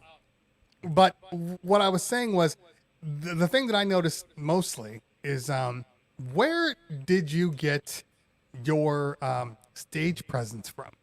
Because your stage presence is intoxicating. And where did you develop that? So my mom is a singer, or was. Mm-hmm. She used to sing in the hotels here in Barbados, and she won a few tourism awards with the band that she was in, and they used to tour and travel. I remember her taking me to Germany like when I was very, very young. But yeah, I guess it's kind of in my DNA, and just watching her on stage, and then watching other performers, Beanie Man, of course, people like Marshall as well, just how they command crowds and make people do crazy things. And being from the Caribbean, you gotta be able to penetrate them people, man. you have to be able to penetrate and take that energy, give it to them, let them manufacture it and send it back, and then the energy that they send back, you take that and multiply it and send it back out 2 times over, and allow that to be a constant thing throughout your performance. You know what I mean? So it's something that comes, it came from my mom, but it definitely comes from the Caribbean roots, man. Yeah, no, I can see that. And I think, or I should say, do you think, and by the DJ Real AK-47 in house, what's up, girl? Do you think that because of your electricity, your stage presence, do you think that helped your cause at the Red Bull finals? Yeah. Yes. Yeah. It's sorry, go ahead. No, I was gonna say, because before you, I don't think I ever really saw anybody go outside of the DJ booth. Word. You know what I mean? And really run around and jump around. Like maybe what was his name? Kitana? Shintaro. I'm putting two different. I'm Mortal Kombat in my brain. Shintaro-san. Yeah. Yeah. But he was probably the most that I remember really kind of going above and beyond. But you put it on a different level, like completely. Yeah, I mean, were there rules? Were there rules to that? Or were you just like, I'm just gonna do what I'm gonna do? Yeah, there are no rules, man. That's how I DJ. So, it's just that there was no microphone, but there were no rules to stop you from leaving the booth or using props or anything, So I'm that's sure how I people perform. after you, right? That's how but I I'm sure after perform, you, and I did, yeah. People are probably like, wait a minute, you can leave the booth? Like, I think you're gonna change the future. You're gonna see a lot of different people. We saw some crazy things on the Red Bull tour, man. We saw all kind of props pulling, all kind of crowd surf, floaty, blow up boats. We saw a lot of blow things. up boats, really? We saw a lot. And it's interesting too because like there was you, and then you have like the complete opposite, which is what I would consider Jay Espinoza. Like Jay Espinoza, he's super dope, but he's also very refined. Like he's just in his element. One of my favorite DJs too. Yeah. But it's like, even when I saw his final, I was like, that technically he's just dope, But like he doesn't expel energy like other people do, So I'm glad he won though. But he was the definitely reason. Deserved it. 100%. But he was the reason that I brought up because I remember after he won Red Bull, and then like it must have been like 3 or 4 days later, and he's posting at like the loan company that he works for, and that's when I was like, okay, so for some people, they win, and a whole bunch of things just like start falling into place. But others, they win and they go back to work. And I'm always curious about like, what's the difference? Like how does it change for one person so drastically, and then for another person, it's just like another day, even though they're 3-style champion. And I always think about that kind of stuff, like why it's different for different people. Man, I mean, it's all about what you do with it too, Jay was in Forbes. Jay definitely did all kind of things after he won, man. So, I mean, if he had a job to go back to, then yeah, so be it. It's not like you could tell these people, well, yo, I'm world champion. No, I'm not coming into work. Like, Could you imagine? Sorry, dog. You still gotta be respectful of the people them thing, you know what I mean? But it's generally speaking, it's all about what you do with this. No, you know what I mean? Red Bull gives you the platform. How do you make the most out of that? So yeah, man, that's information for anybody out there wondering. But I also think that for a person like you, who actually sees the bigger picture, because of the way, you have your cameraman and you're always showing vlogs and all of these things to kind of create more brand awareness for DJ Puffy. And I think that's also the difference. Like, perfect example, like Carlos Antonito. He won his country's Red Bull, but he lost in the finals. But he focused on YouTube. So he blew up his YouTube on that. Oh, his YouTube is massive. It really is. It really, really is. Like almost to the point where I'm jealous of him. Like, come on, man. But he does dope stuff. And post a video 1 hour ago, 10,000 views. I'm like 100 views. Yes. But everybody's different. Like you can't hate on somebody for having more than you. Everybody got the lane, man. Everybody got the lane. Exactly. Yeah, but shout out to Carlo, man. I watch his videos too. I can't even front. I watch him too. Him too. And his videos are good. I mean, I think that's such a good guy. Yeah, good guy too. Yeah, I keep trying to get him on, and he keeps ducking me. And like every time he's like, "Yeah, so let's do this next month." Oh, well, next month. It's like, okay, man. You know, you're coming on, whether you like it or not. Come on, my G. Stop playing the thing, my dog. There are two people that have avoided me so far, and I'm gonna put them on blast just because. Carlo and Angelo. Oh, word. Those are the homies, man. I know. Come on, Angelo, show up. I'm gonna ask him when we get off the stream. I'm gonna ask him again. And I'm hearing an echo on mine, so I'm gonna refresh in a minute just so I can try to get this echo out. Okay. Yeah, but either way though, yeah, those are my guys too. Want them in here. I've ran into. You know, here's a funny story. So I've run into Angelo a couple times because of Nam. You know, he's always at the Reloop booth. Mm-hmm. You were at Nam performing, and so I don't even know if you remember this. But you were performing. It was, if anybody wants to know, so NAMM is in Orange County, California, and typically speaking, it's in the end of January. So everybody knows who goes to NAMM. Either it's pouring raining, or it's sunny. Like there's no middle ground for whatever reason for NAMM. You were performing on a odd, super cold day. And you were outside at the booth. This was the outside set. Oh my God, yes. Yes, the outside set. I was actually there. I don't even know if you remember that. At the end of your set, I came up. I was like, "Hey, man." To me.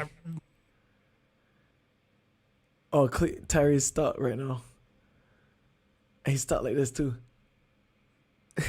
Sorry, guys. Yo, he's probably refreshing right now. Yes, you're back. There we go. No, I gotta refresh. That's the I gotta refresh warning. Okay. But yeah, I was the guy that came up to you. Was like, "Hey man, your set was dope. You know, respect what you're doing." Like that was me. Listen, so, and I will tell you this: that short conversation that I had with you saved me that evening. I will no joke. So thank you so much.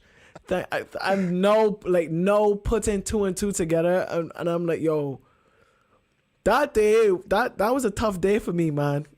I ain't even gonna lie. Like, that was a rough day. And nobody was really outside either, you know? Exactly. And that day, like, I didn't have much of, like, how to gauge where I was gonna be. Like, I just knew, like, it was gonna be outside, but I still thought, like, it was gonna be, like, a showcase thing. But then I ended up outside with people, and I had to change up the whole set, like, while I was doing it. So like I was like literally like playing records in between my routines because the length of the set was longer than I prepared for and all kind of things. So when you spoke to me after that literally allowed me to feel more comfortable about what I just did, you know, because I felt a little shaky after that, no lie. And I mean, a lot of people would be like, well, yo, you're Puffy, you're not supposed to feel that way, you know what I mean? But when you care about what it is you're doing, man, you definitely some people definitely still get nervous. I still get nervous. And if things don't work out the way you want them to, you do still get a little bit disappointed, you know what I mean? So thank you, Terry, for doing that, man. You're welcome. Yeah, I appreciate you so much more now for know that I connected the dots because that little bit of that conversation, those words that you shared with me that evening, those definitely those hit different. Yeah, and it's funny too because even coming from the other side, you never really know how anybody's interpreting. Like I just wanted to show some support. Now, for anybody that doesn't know, because I'm sure a lot of people don't know this, I've talked about NAMM before. NAMM's a big place. So NAMM is like, oh my God, the Anaheim Convention Center is I want to say 3 buildings plus the hotel that's like it's pretty much across the walkway. Yeah. And so they're using the entire space. So when I'm like, oh, Puffy's going to be on, I set the reminder. Yeah. I just assumed that you were going to be at the Pioneer booth. Like that was just in my Yeah, mind. because I Okay, did he's that gonna the be day there. before. Yeah. Right. Yeah. So so then it was like, no, he's over there. I'm like, over where? And I'm like, walk. Where is that? Like where? Yeah. That's I'm like, that's my thing. I hear music. Because Because I went out there and I was like, yo, like nobody even knows how to get here, fam. Legit. Yeah. Yeah. Legit. No lie. So I'm like, follow the music. That's all I can do is follow the music. And finally, I get there. It took me like 10 minutes to even find the stage. Yeah, right. Yeah, and then I get there, and it's like, it's a big stage, you know. And Massive Puffy's up stage. there, and he's up there alone, and there's nobody around, and there's some people that are sitting in chairs, like obviously either taking a break or doing whatever. But I was like, They don't care This is nothing about DJing, fam. They just out there for the Right. food and because there's no loud music playing, but we just upset their whole situation. right. So I was like, okay, well, there's plenty of chairs, so I just grabbed a chair and just sat down. It was just me Yeah. and enjoyed the show. But you know, but I get it because NAMM is not just a DJ conference. Like it's Correct. an everything conference. So Correct. yeah, so if they see you up there, they're like, okay, it's just a DJ, but like I'm here for the guitar. It's like, oh, I'm here for the, you know, Yeah. whatever. Where So can I you're see the not drum really- skins? Exactly. So yeah, I was sad for you because I was like, this needed to be in the DJ area. Like you can't really work around that fact. But Yeah. you know, but hey, still a good set, and I'm glad I made could it- be there for it. We made it work, and you somebody said that you saved my career. Yeah, that probably did. He probably did. He was ready to quit. Bro, if I would have gone back to my hotel room and not come outside, I would order room service for the rest of the day, not even participate in the exhibit or anything. You know what, though? But I think we've all done that. Like we've all had a gig or something, and you're like, after it's just horrible, and you're just like, I don't want to do this anymore. I think everybody's had that I don't want to do this anymore thing. Like, why am I wasting my time? Like you Yeah. get that little thing in your head, you Yeah. know. But Yeah. but I've done the same thing before where I thought that like this is worthless. Like, and then you'll have like one person like, hey man, I just want to let you know I saw you at this thing. You're like, oh Jesus. So he does. Word. So for people that are saying I hear the echo in my ear. It's small, it's faint, but it's there, and I never not know getting what it any. is. So tell you what, give a couple of shots out to the crowd, and I'm gonna reset real quick because I don't think I reset Yeah, yet. sure, So, no problem. right. Funny enough, I actually saw somebody say that they DJ'd their first Caribbean party and they were like very, very scared during the set, and then after somebody came to them and said, well, yo, they enjoyed the set until they got the review. I read that comment, so big up to that person. I see Belize in the building. Yo, Omar, how you doing, my brother? Belize is one of my favorite countries too. Need to get back there as soon as I can. Ever Fresh is here. Jamaica, you don't know. John P. Wagwan. I saw my Uncle Pete was in here a couple minutes ago, but I don't see him anymore. He's not commenting. He probably still watching though. Yang Wagwan, how you doing? Chris Dubs. Yo, shout out to Chris Dubs, man. That guy has some entertaining Twitch streams, you know. So one of the most the banter, like I just show up for the banter, man. Like Chris Dubs, such a good dude, man. Such a good dude, for real. see, the echo is still there. I wonder what that is. Let me see if I can turn off. Code Red, thanks a million, man. I see you. Thank you so much. I had a blast for Jazzy Jeff's birthday too. That was a lot of fun. Check. Yeah, you Okay, still getting it?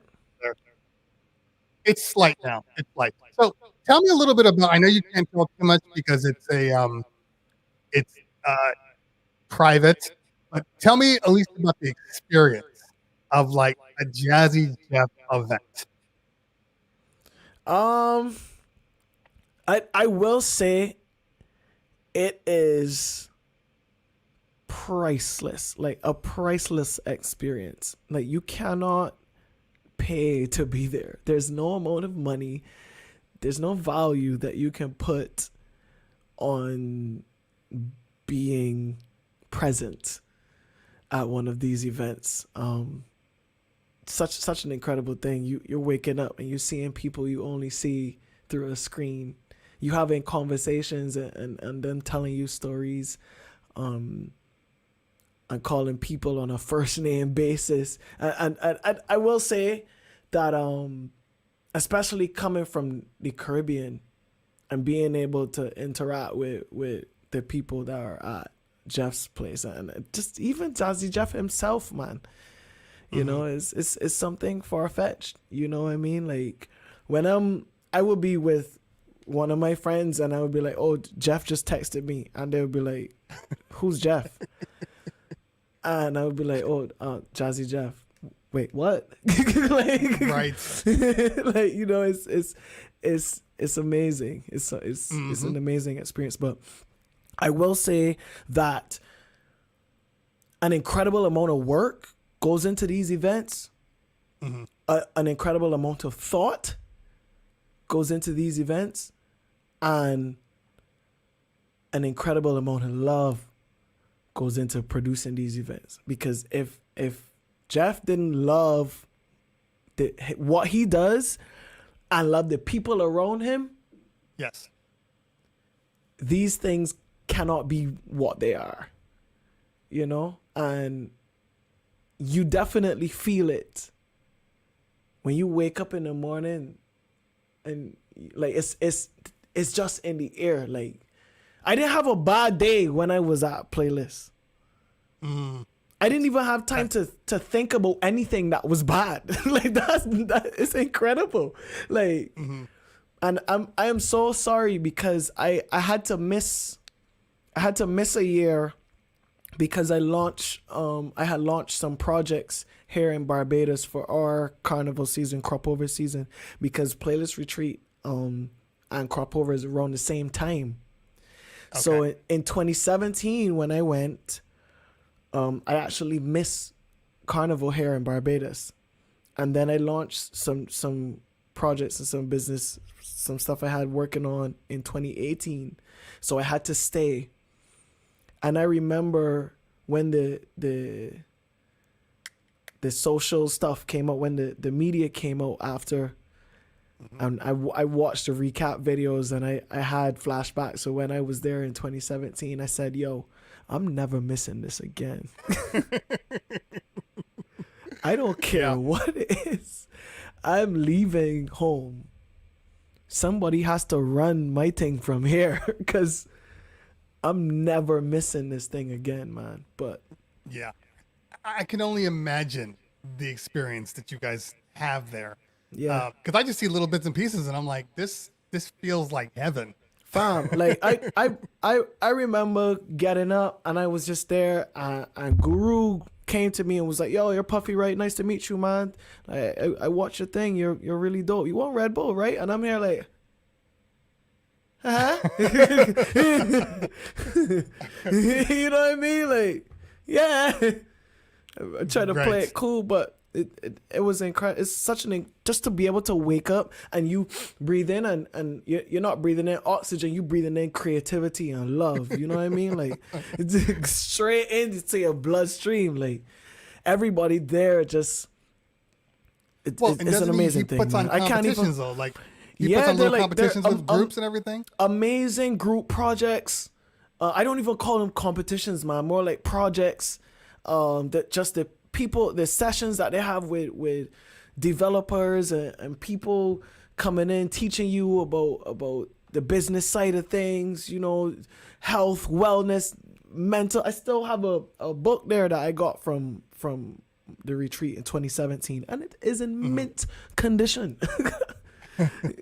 You know, I picked it up the other day just to read a couple pages out of it, but it's just such an incredible experience, man. Like I'm sure a lot of people you ask about it can't even put it into words, fam. Yeah, you're 100% correct. That's normally what I hear anytime I ask the question. They're like, yeah, it's something that I think it's almost like going to space.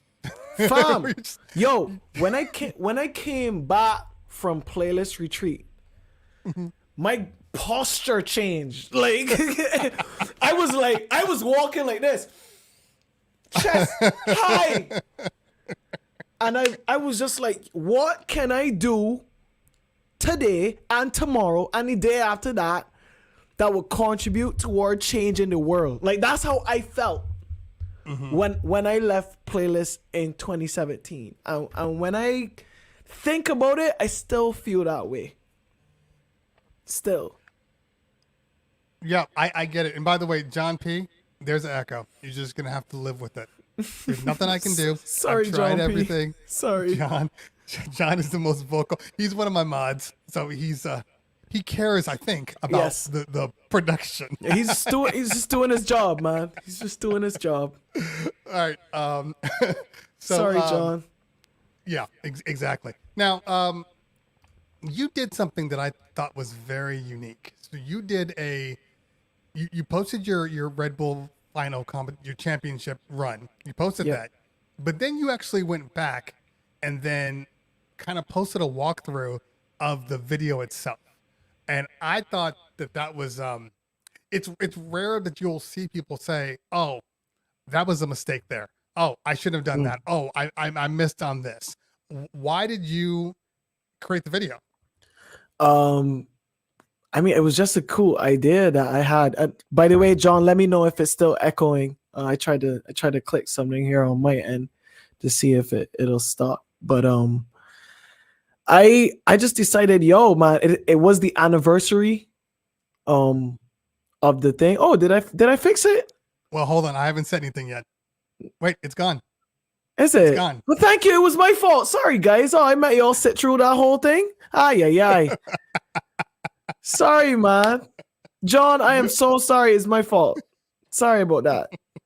Jeez, but yeah, it was the anniversary of the set, and I was like, yo, I see everybody doing a breakdown, but I wanted to, like, I'm a realist. I keep it real, you know what I mean? So if I made a mistake, I'm gonna call myself out and be like, yo, that there was a mistake. I didn't mean to do that at all. Or this was a fluke. This just ended up being like pretty dope. But right. But yeah, we did it. I gave my manager the idea, and him being the filmmaker and super camera guy that he is, he set it up in his studio. That's actually in his studio. He set up all the cameras and everything. And I came in, sat down, he pressed record, I pressed play, and we recorded the video. And I posted it up, you know what I mean? Because a lot of people asked me like how it was being up there, like what, like there are a lot of things in my set that I don't think people got until watching that video, like with the word plays or the theme that I was trying to create. Because that whole set is me telling kind of my story, you know? So it's like me taking you, I mean, we use this a lot in DJing terms, but taking you on a journey. But this is me literally explaining myself, where I am from, how I do things, doing that, and showing you guys that in the form of DJing. That was my way of communicating it and showing the world, well, yo, this is who I am, you know? Mm-hmm. Now, is this also who you are? I don't know that guy. Fuck going on, you know? Drunk in love. Woo! Sorry, can I get louder? Drunk in love. Jesus, peace. When you be around, son. Turn the fuck up. I got a baby, okay? Alright. This fucking very quick. Yo.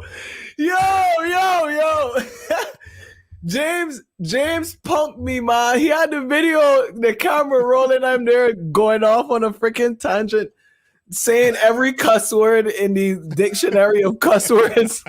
But that is definitely who I am as well. I ain't gonna lie. Boisterous, wild, and ridiculous sometimes, man. There you go. Fair. Omar knows Cloud9 sounds busy. He knows. Good friend of mine. When I go to Belize, I just lay right back and enjoy myself too. But that's definitely a part of who I am. Don't mind this very put together guy on the ground still. We know how to have fun too. We know that. Right. No, that's fair. That's fair. Look, and you got to be able to have fun. Yo, dog, I go and watch myself around Cleveland Terry, man. Let me go and delete some of these videos so like. Where did you find that? Incredible. I do a lot of searching. Incredible. Speaking of searching, what I've noticed, and by the way, my echo is back, so it's interesting the way it comes and goes. Oh yeah. It's a ghost. But we'll just deal with it. What I noticed specifically on you're wearing something that is almost unheard of in America now, and you're rocking the gazelles. Where did that? Listen, man, where are my? Oh no, I don't even have any other gazelles here. But yeah, your question was, where did it come from? As far as going, you know what, this is going to be my style, because like you've kind of kept that style for a while now. Because like when I was growing up, you know, Hammer was rocking them, and you know it was it was one of those things. And then Hammer died, and then we all said, okay, I guess we're not wearing gazelles anymore. But you know, you brought them back, and they work for you. So listen, what made you buy them? I honestly didn't even know when I first got the gazelles. I didn't know how iconic they were to hip hop. Or to the culture. I didn't know, because I have my optician. She's also an eye stylist, right? So she does it, but she does it with style, and that's why I chose her, because I was like, yo, if I gotta wear glasses for the rest of my life, they at least gotta look swaggy, man. Like they gotta make sense. So I went to Alicia, and she was like, yo, try these on, and I put them on, and I was like, all right, cool, we can work with these. She was like, yo, you know what, you could get, like, because all my glasses are medicated. All my prescription is all my glasses, sunglasses, everything, shades, because I literally can't see well without them. But yeah, she was like, yo, you could put the tint on it still, you can have the gradient, and da. I was like, all right, yeah, cool, let's do that sounds cool. And then I wore them for a while, and then funny enough, after winning 3 styles, somebody made a meme of Jeff and I next to each other. So it was me and Jeff, and I think we were wearing the same glasses in that picture. And I was like, damn, like, is this real? So like people started making jokes of, oh, Puffy's Jeff reincarnated. I'm like, yo, it's crazy. But yeah, my eye stylist, she literally just was like, yo, you should try these on, and that's when it started. And I love Kazal. Shout out to everyone at Kazal. They're good peoples. And I'm 3-4 pairs deep right now. I keep some in the car. I keep some in my side bag. I keep some in here. Well, these aren't Kazals, but I keep them everywhere. Gotcha. Do you have a sponsorship from Kazal?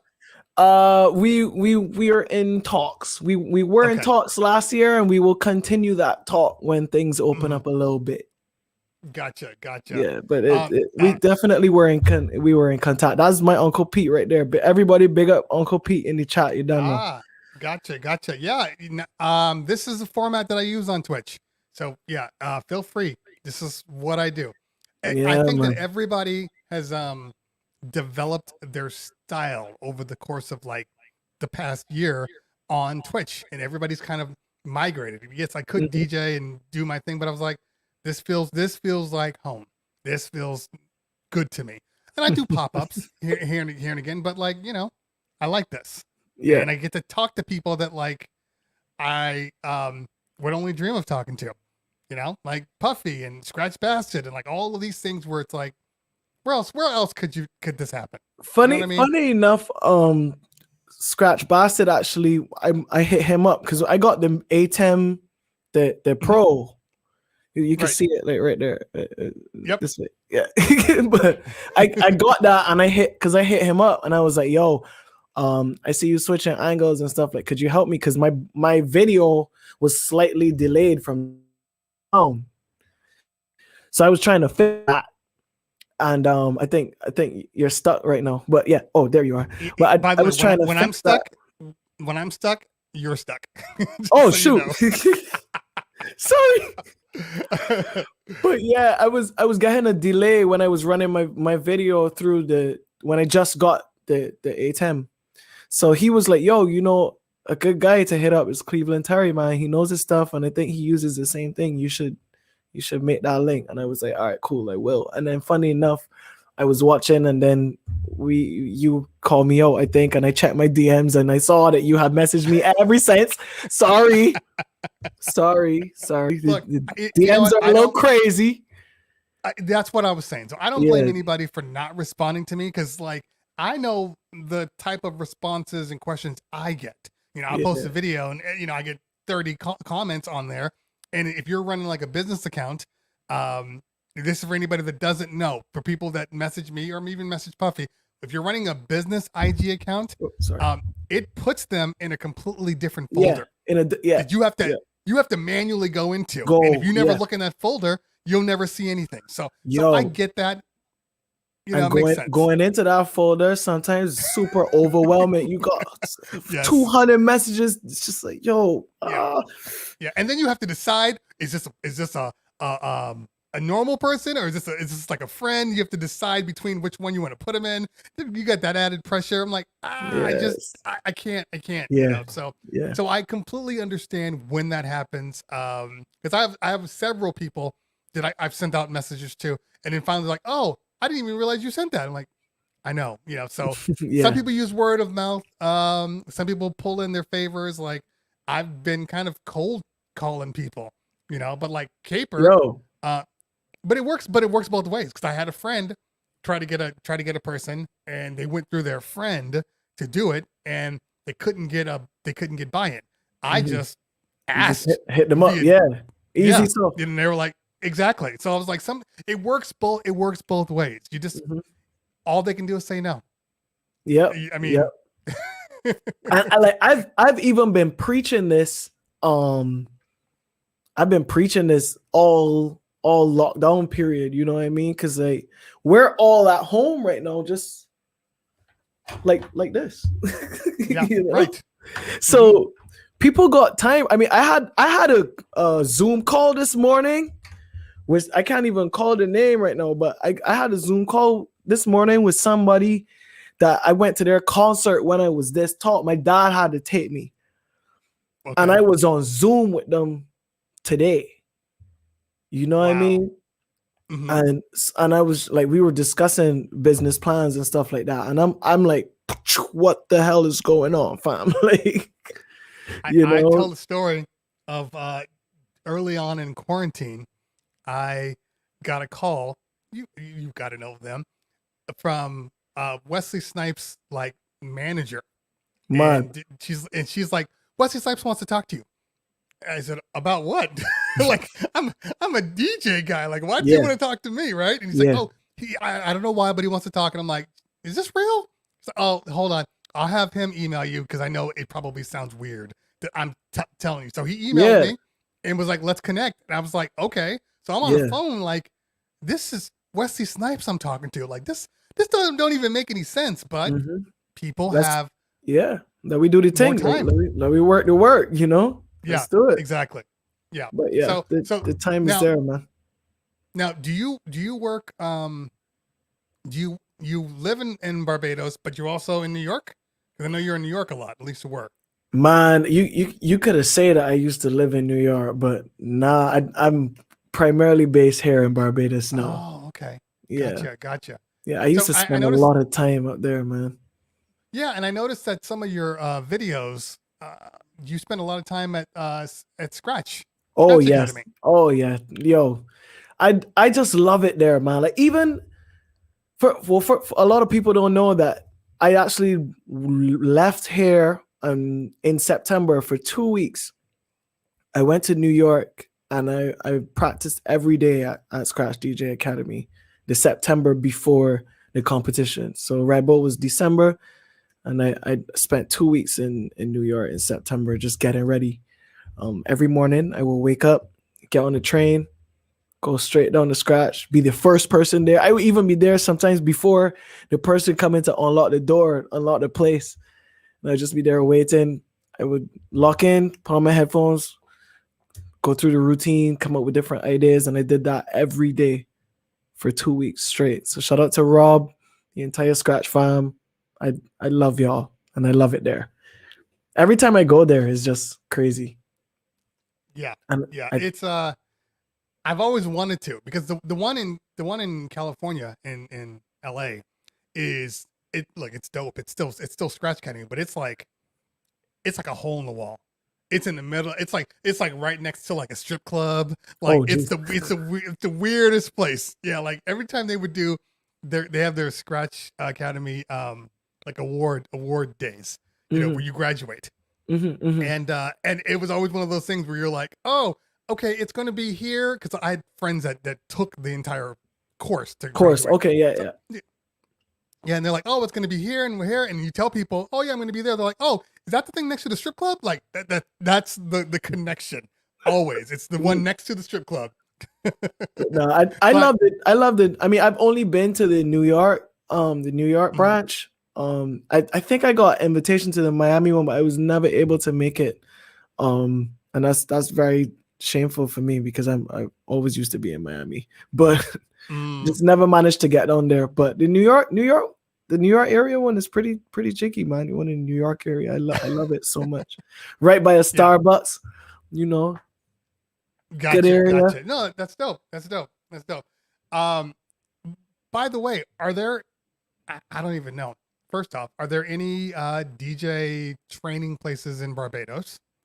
And two, would you ever consider creating one for your people? Not your people, like, you know what I'm saying. There are no DJ places in Barbados right now. I had a friend of mine that was doing courses here, but because of COVID, that's not happening anymore, unfortunately. Would I consider creating one? Absolutely, yes. And I think my manager created something for me, and I was sleeping on it, something to that extent. But yes, I would love to. Gotcha. Couple of shout outs for you. Ever since I said Wesley Snipes, the chat has been coming alive.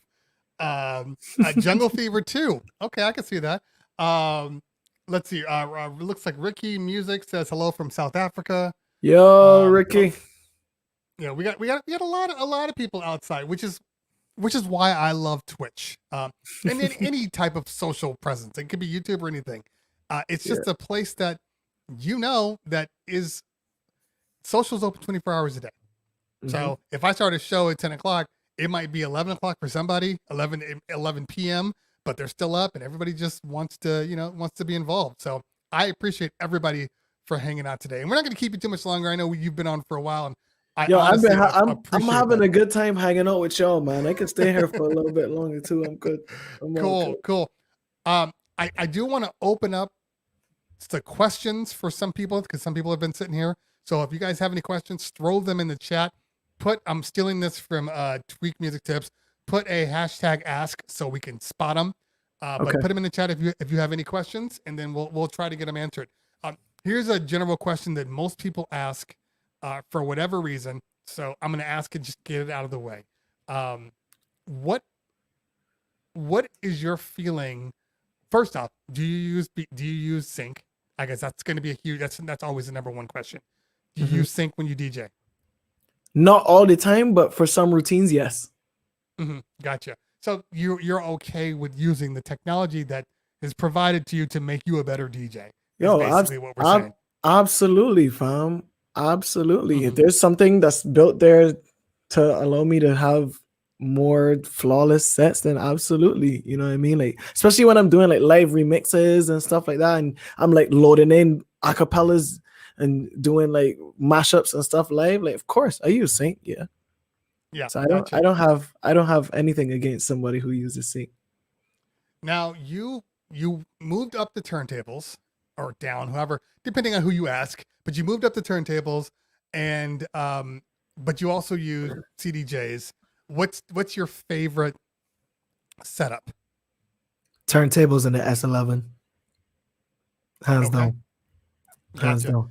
Funny And- enough though, I prefer doing certain sets on certain types of equipment. Mm, So if I'm playing I know people like to use the word open format, but if I'm playing in a club and it's more like hip hop stuff, Mhm. yeah, turntables would be cool. If I'm doing a 3 style set, turntables, yes. If I'm playing in a dancehall party, dancehall soca Caribbean party, CDJs all day. Interesting. Okay. Yeah. Yeah. Very, very, very interesting. Okay, so I know I saw a couple. Let's see here. DJ Latimer, no, let's go up. I know I don't want to. Okay, John says, hopefully he's asking nice questions and not sarcasm. I said There we go. see LMAO. See? There we See? go. Can't win with you. So we're gonna skip John P's. Let's go down to some real questions.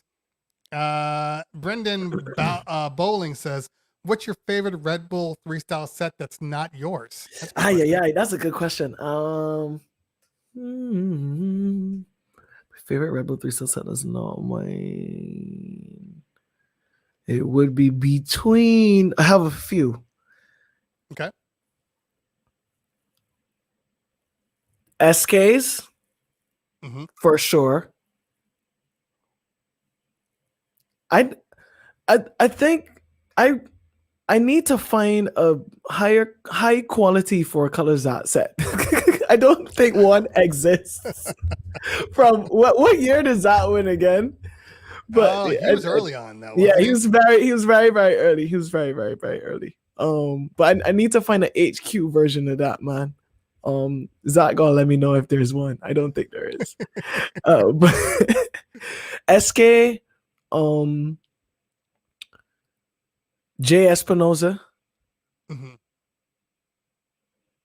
and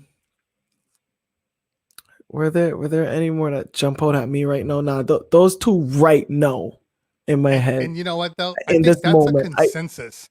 SKs is a consensus because I've asked tons of people and they always go back to SKs. So yeah. Damiano's Damiano's set specifically was incredible too. It was pretty good. Yeah, because he pulled out he had the top box that year. So yeah, SK, Dami, and Jay. Gotcha. By the way, DJ Audio Pro Audio booth in the house. What's up, fam? I know, and I saw you in earlier. Hopefully, you're still here. What's up, man? And for one that didn't win, Trace. Okay. Yeah. Yes. I need to get Trace on here too. Somebody said Craze, but Craze didn't do 3-style, my friend. Mike Beats. Sorry. But yeah, Craze is the goal. Only DMC. Yeah. And murdered for years. Okay, let's see here. DJ Latin Man says, have you met Mel Star at Playlist and would you have a battle with him? Yes, I definitely met Mel Star. Amazing guy. Shout out to Mel Star. I know I will never battle Mel Star. I would lose. Okay. All right. Unless it's a song clash. Yeah, right. I can't battle Mel Star technically, man. You can't touch that guy. Right. Tommy Thompson says, I don't know what this is in relation to. How does a DJ submit a mix to start a radio mixer career? So how did you, so I guess the question is like, how did you get your start on your radio station? You said you were an intern. Yeah. But what would you recommend for people trying to do the radio thing?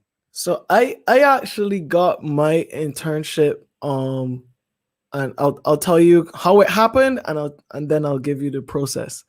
So the station started, I think it was a year old, and then I was playing in a club, and King Bubba, who's the son of the owner of the station, and Simply Smooth, who was one of the founders of the station, they were at the club that I was playing at, and Simply heard me DJ and asked Bubba, well, yo, who's this young guy DJing? And Bubba was like, yo, I don't know, some new guy they got just starting in the club or whatever, because I used to play early there.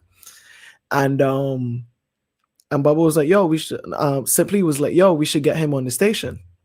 So Simply then went and had a conversation with Scratch Master, and they all agreed, Scratch, Simply, and Bubba both agreed to try to get my information to hit me up. So Scratch called me, and he was like, hi, Puffy, this is Scratch Master from Slam 101. And I'm like, who? He's like, yeah, well, we heard that, you might be interested in thinking in the station. And I was like, how did you hear that? What are you talking about? And he was like, yeah, could you please just submit a demo with you DJing and just act as though you're on the radio for real. Sure. And submit a demo, 15 minutes, and let us know however you want to submit it is fine. And then we'll listen to it. And if we like it, we'll call you in for the internship. So that's what I did. I recorded this demo of pretending that I was on the radio, shouting out people, saying, yo, introducing songs, yo, this is this from this person, da da da, and just mixing it, going off for 15 minutes, mixing the genres, all kind of thing, just doing it to the format that I knew the station wanted. And I presented a printed CD. It literally looked like an album logo on it, everything. DJ Puffy radio submission demo in full covering, casing, everything. Hand delivered it to the station. And then they called me back. But I would recommend just do a nice email to the program director. Record your mix, make sure that it's professionally done. It's mixed or mastered right, because song quality is very important. Don't forget, these are professionals that you're dealing with and that you're approaching, so you want to seem as professional as possible. Because first impression is everything. First impressions matter. So yeah, just do up a nice email. Just say, hi, good day, my name is XYZ. Introduce yourself a little bit. Give them your interests. Say why you're submitting it. Give them a link. It could preferably a private link on a platform. It could be Dropbox, could be Mixcloud, it could be, it could be anything, or it could be the actual file. But just allow them, don't give them too many steps to get to where they need to get to. You know what I mean? So if you could embed it in the thing, or if you could just attach it, that would be great. But you want people to hear this thing as quickly as possible, because they don't have no lot of time to be searching for that kind of thing. You know what I mean? So yeah, just be as professional as possible. Sorry. Yeah. Well, and also I think for a lot of people, just stop sending people CDs. Oh yeah, that's not a thing. That's not a thing. Yeah. So I explained how I did it back then, but I did say put it throw it in an email or something, man. Well, no. The only reason why I say that is because last year at NAMM, when I'm walking into NAMM, dudes were like, "Hey, yo, we got a hip hop group. We're dope." I'm like, "Cool." They're playing it on the street. I'm like, "Dope." Right. He's like, "Yeah, you buy my CD." I'm like, "I don't even have a CD player in my car. Can I get a download link? I'll still give you the money. I just don't want to hold CDs." Like, you go to Bandcamp, like, give me something. Yeah. Yeah. So I get that. We're no longer there for people. Just if it's not digital, most people, because you can literally send a link to their phone and they can start listening to you immediately, as they walk away from you. 100%. Yep. Yeah. We have so much technology, use technology for your benefit. People know. I see people giving out cards with like the QR codes on it, where your phone scans the code and it takes you straight to like a link or something like that. You know what I mean? Like, yeah, even that's great. Yeah, unless you're, because finally Apple can use QR scanning. They couldn't for the longest time. So that's good. So this is a good question. This is actually Fidelpina says, what is your, I guess, your number one tip for learning how to scratch? Yeah, that's a good one. Be patient, please. There's certain scratches that I can't do that I tried to do right now to this day that I was just like, I can't. I'm done. I'm not doing this. But give yourself time and be patient with yourself and keep going, keep trying. It's not gonna come in a week. This is something that's gonna take a lot of time. So keep applying yourself, continue to apply yourself, and keep practicing. I learned to crab scratch. I had to become obsessed with it. I would literally go somewhere, and this is when you could touch anywhere, any surface. Back then, you can't do that now. But I used to just go and be like this on any on any table, on any glass, on any handle. Like just, I would be sitting down and just be, or I would just come in here and just be doing this constantly to try to get that sound. Consistency. And you have to be patient with yourself. Just apply yourself constantly. And I think that's probably one of the things that people don't understand, because they'll look at a certain DJ and he's doing his thing and it sounds amazing. And they're like, God, they know everything. But a lot of DJs have 4 to 6 like main scratches, and they're all variations of the same scratch. And people think that they like, oh, he's doing this, he's doing that. No, he's doing a variation. It sounds good because that's how he got it to work for him. Because unless you're like, DJ Babu, who just almost sounds perfection every time he does something. Incredible.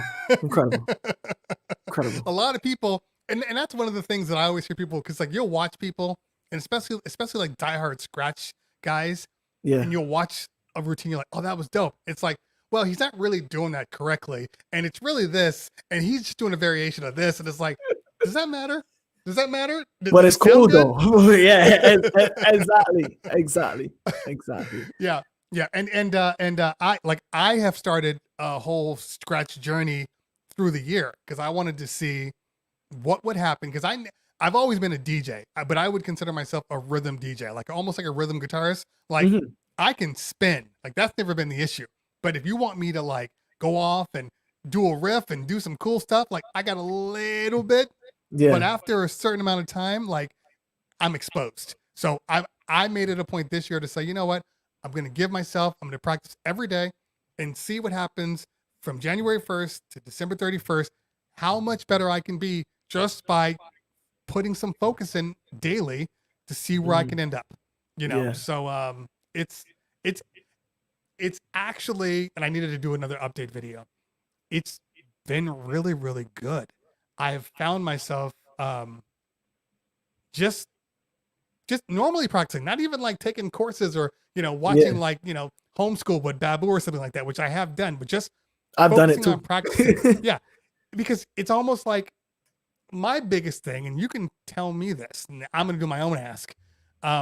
What is your, what do you think the best tip you can use for scratching in front of people? Because I've said this many times. When I'm alone and I'm scratching, I sound amazing. Like my hand's doing everything I wanted to do. Everything's working properly. But the moment people come into the world, when them nerves hit and your hands start to do like this. Yes. You can't. Yeah. That used to happen to me too. Especially if it was like a scratch that I wasn't like very confident about. Right. That used to happen to me a lot. But it's just like something that I do, and I spoke about this in the interviews. I record myself practicing and I watch back my sets. So I'm like, okay, well, this was clean. Okay, this is better than the last time, So I try to give myself that confidence before I get out there. Gotcha. And then and then I know, all right, cool. I know for sure I could do this now in front of people, or just try to give yourself some time. So like play 2 records before you're about to do the scratch or something, you know what I mean? If it's something that you're planning on making like something unique to you or a signature thing, like, just give yourself some time to get into that zone and say, all right, cool, I'm ready now. We're going for it. And go for it. That's actually a good point. Because even on my last session with the raid train, I was like, because people are like, oh, show me how you scratch, blah, blah, because they know people are following that. And I'm like, no, I'm not mentally ready. My body is not mentally ready for it. But as I kept DJing that time, everything starts to warm up. Start to build up. Exactly. You start to build up. And that's just my thing now. It's like, I'm not that 0 to 100 like immediately. Like I got to warm up. Yeah. So that's how I'm going to approach it from now on. I am actually fairly similar. Like I can't just go into just like that. I like to go through the emotions a little bit first and then eventually graduate to that. Gotcha. YDJ in the house. What's up, fam? All right. Oh, and by the way, real DJ Yoshi in the house too. Make sure you guys follow everybody that's in the chat. I see so many questions here. I'm trying to keep up. I know. Okay, here's one. How are your crates organized? Oh, so my crates. So we have a format at the radio station, right? And it's by genre in chronological order. So it's like it's hip hop, and then it goes hip hop before 95, and then it goes 96 to 99, 99 to. So I categorize it by year and by genre. So that's how I'm able to find things so quickly. And that's for every single genre. So that's dancehall, soca, and soca is even more like intricate, but dancehall, soca, hip hop, pop, electronic stuff, reggae. So my reggae is completely different from my dancehall. So, but it's a lot, and it takes a lot of work and a lot of time. Yeah. And unfortunately, because I used to do it in iTunes, but when they made that switch to the music app, right? Serato wasn't reading the smart crates like that before. Really? Because it's doing it now. It's doing it now, but it wasn't doing it before. Oh, okay. So I now had to go and make the smart crate inside of Serato. So I think I had like an 8-hour flight. I was flying somewhere crazy. And I was like, this is the time to take out this laptop and make these crates from scratch. And I did that, and there we go. So I do use smart crates, and I organize them by genre and by the year. So then that would mean that, because I know a question below was, when was the last time you used Virtual DJ? If you're making Serato crates, you're kind of a Serato guy now. Of course I am. I'm definitely a Serato guy. Gotcha. And that's okay. Serato's dope. I was a Serato guy. Record box or any of those? I tried. But gotcha. I'm all 100% in Serato. Let's see here. The Elo Show says, when are you going back to VA? Damn, I don't know, man. When it's open, when I can. I know. Exactly. As soon as I can. As soon as I can. Kimmergrand says, what's the best thing to get in Olston's? Oystons. So Oystons is right down the street from me, right down the hill.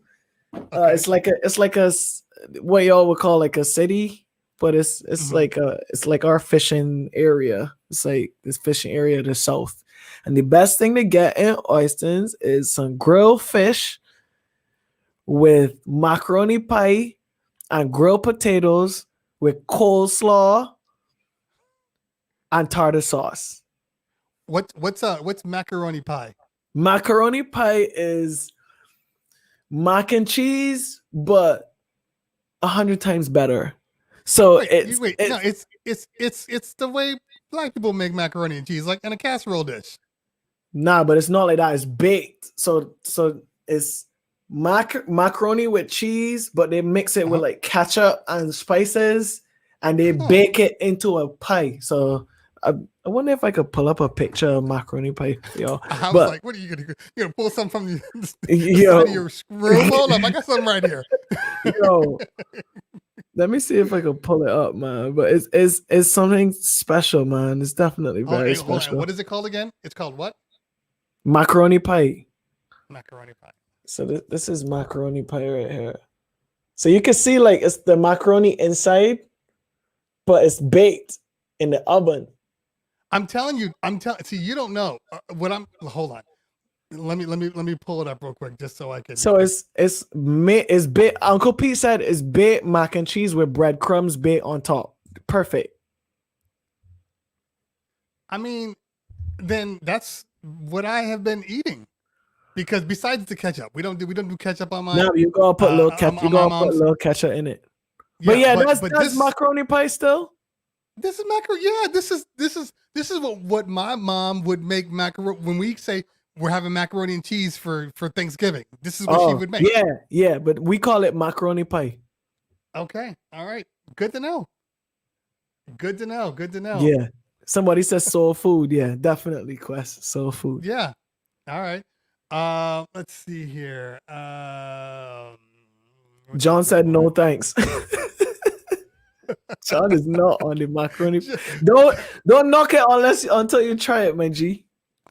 So my mom has always been the Thanksgiving lady, and she's getting older, and now I have a wife and kids, and she's like, I'm gonna teach you how to do this so you can keep making this food for my son. So but it's good. Except for we changed it, so we don't do it. We do like vegan food, so I don't eat gluten.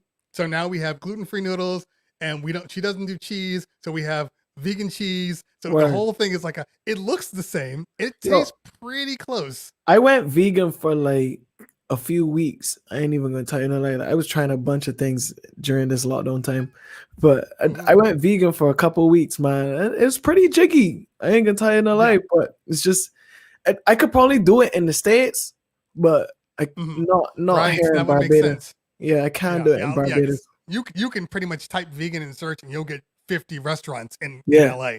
Yeah, so, I get that. That makes sense. Yeah. They're asking what mic you use. Here, this is a Neumann. This is the TLM 102. Okay. Yeah, there's a hefty one. Yeah. Let's see. Tim says, when you use turntables, do you prefer needles or phase, and why? I use phase right now, right true. Just because it doesn't jump or anything. There are no skips or anything. But needles, you can't beat the traction of needles right now, man. Phase comes pretty close, but yeah. If I'm doing like super technical stuff, like if I do the same scratch with phase and needles, I get a better sound on the needles still. And I tested that up to yesterday, I think. So, yeah. They're almost there, but they're not quite there. Like if you're doing juggles, the juggles, needles for sure. Yeah, there is a inherent drift in phase. So when you're doing consistent juggles or a long form scratch, you will watch it go either way. If you're at 12 o'clock, it'll either go to around 12:30 or 1 or the other way. So you have to just kind of work around it. But I've actually gone back to needles, and I've actually been scratching on real vinyl. I saw in your stories. I saw. Yeah. Just to. I didn't want to be heavy-handed, and that's the only thing with phase and with the 12s. Oh and yeah, CDJ, all of those things. Like you don't realize how heavy-handed you could be. Yeah, yeah. Until you put a real record on, you're like, oh, okay, I didn't realize that. Correct. So correct. Waddy J is asking about attending the playlist retreat. You're late, homie.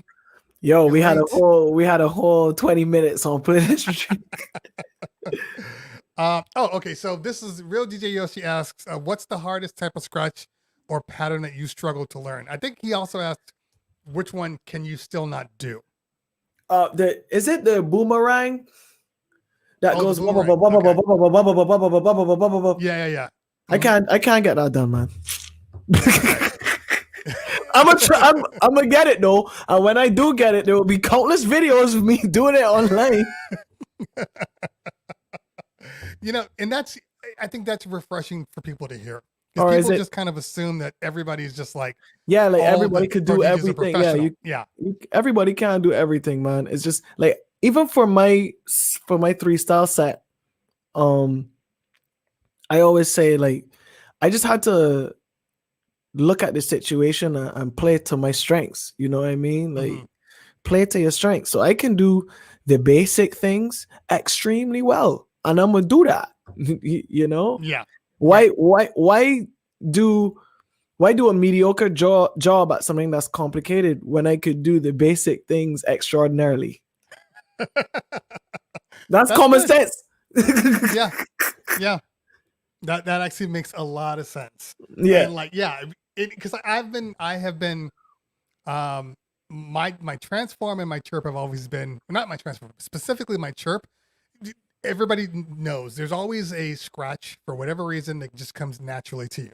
Yeah. Like Yeah. even if somebody else can't do it, you can do it, or you can't do what they're doing. And that's always been my chirp.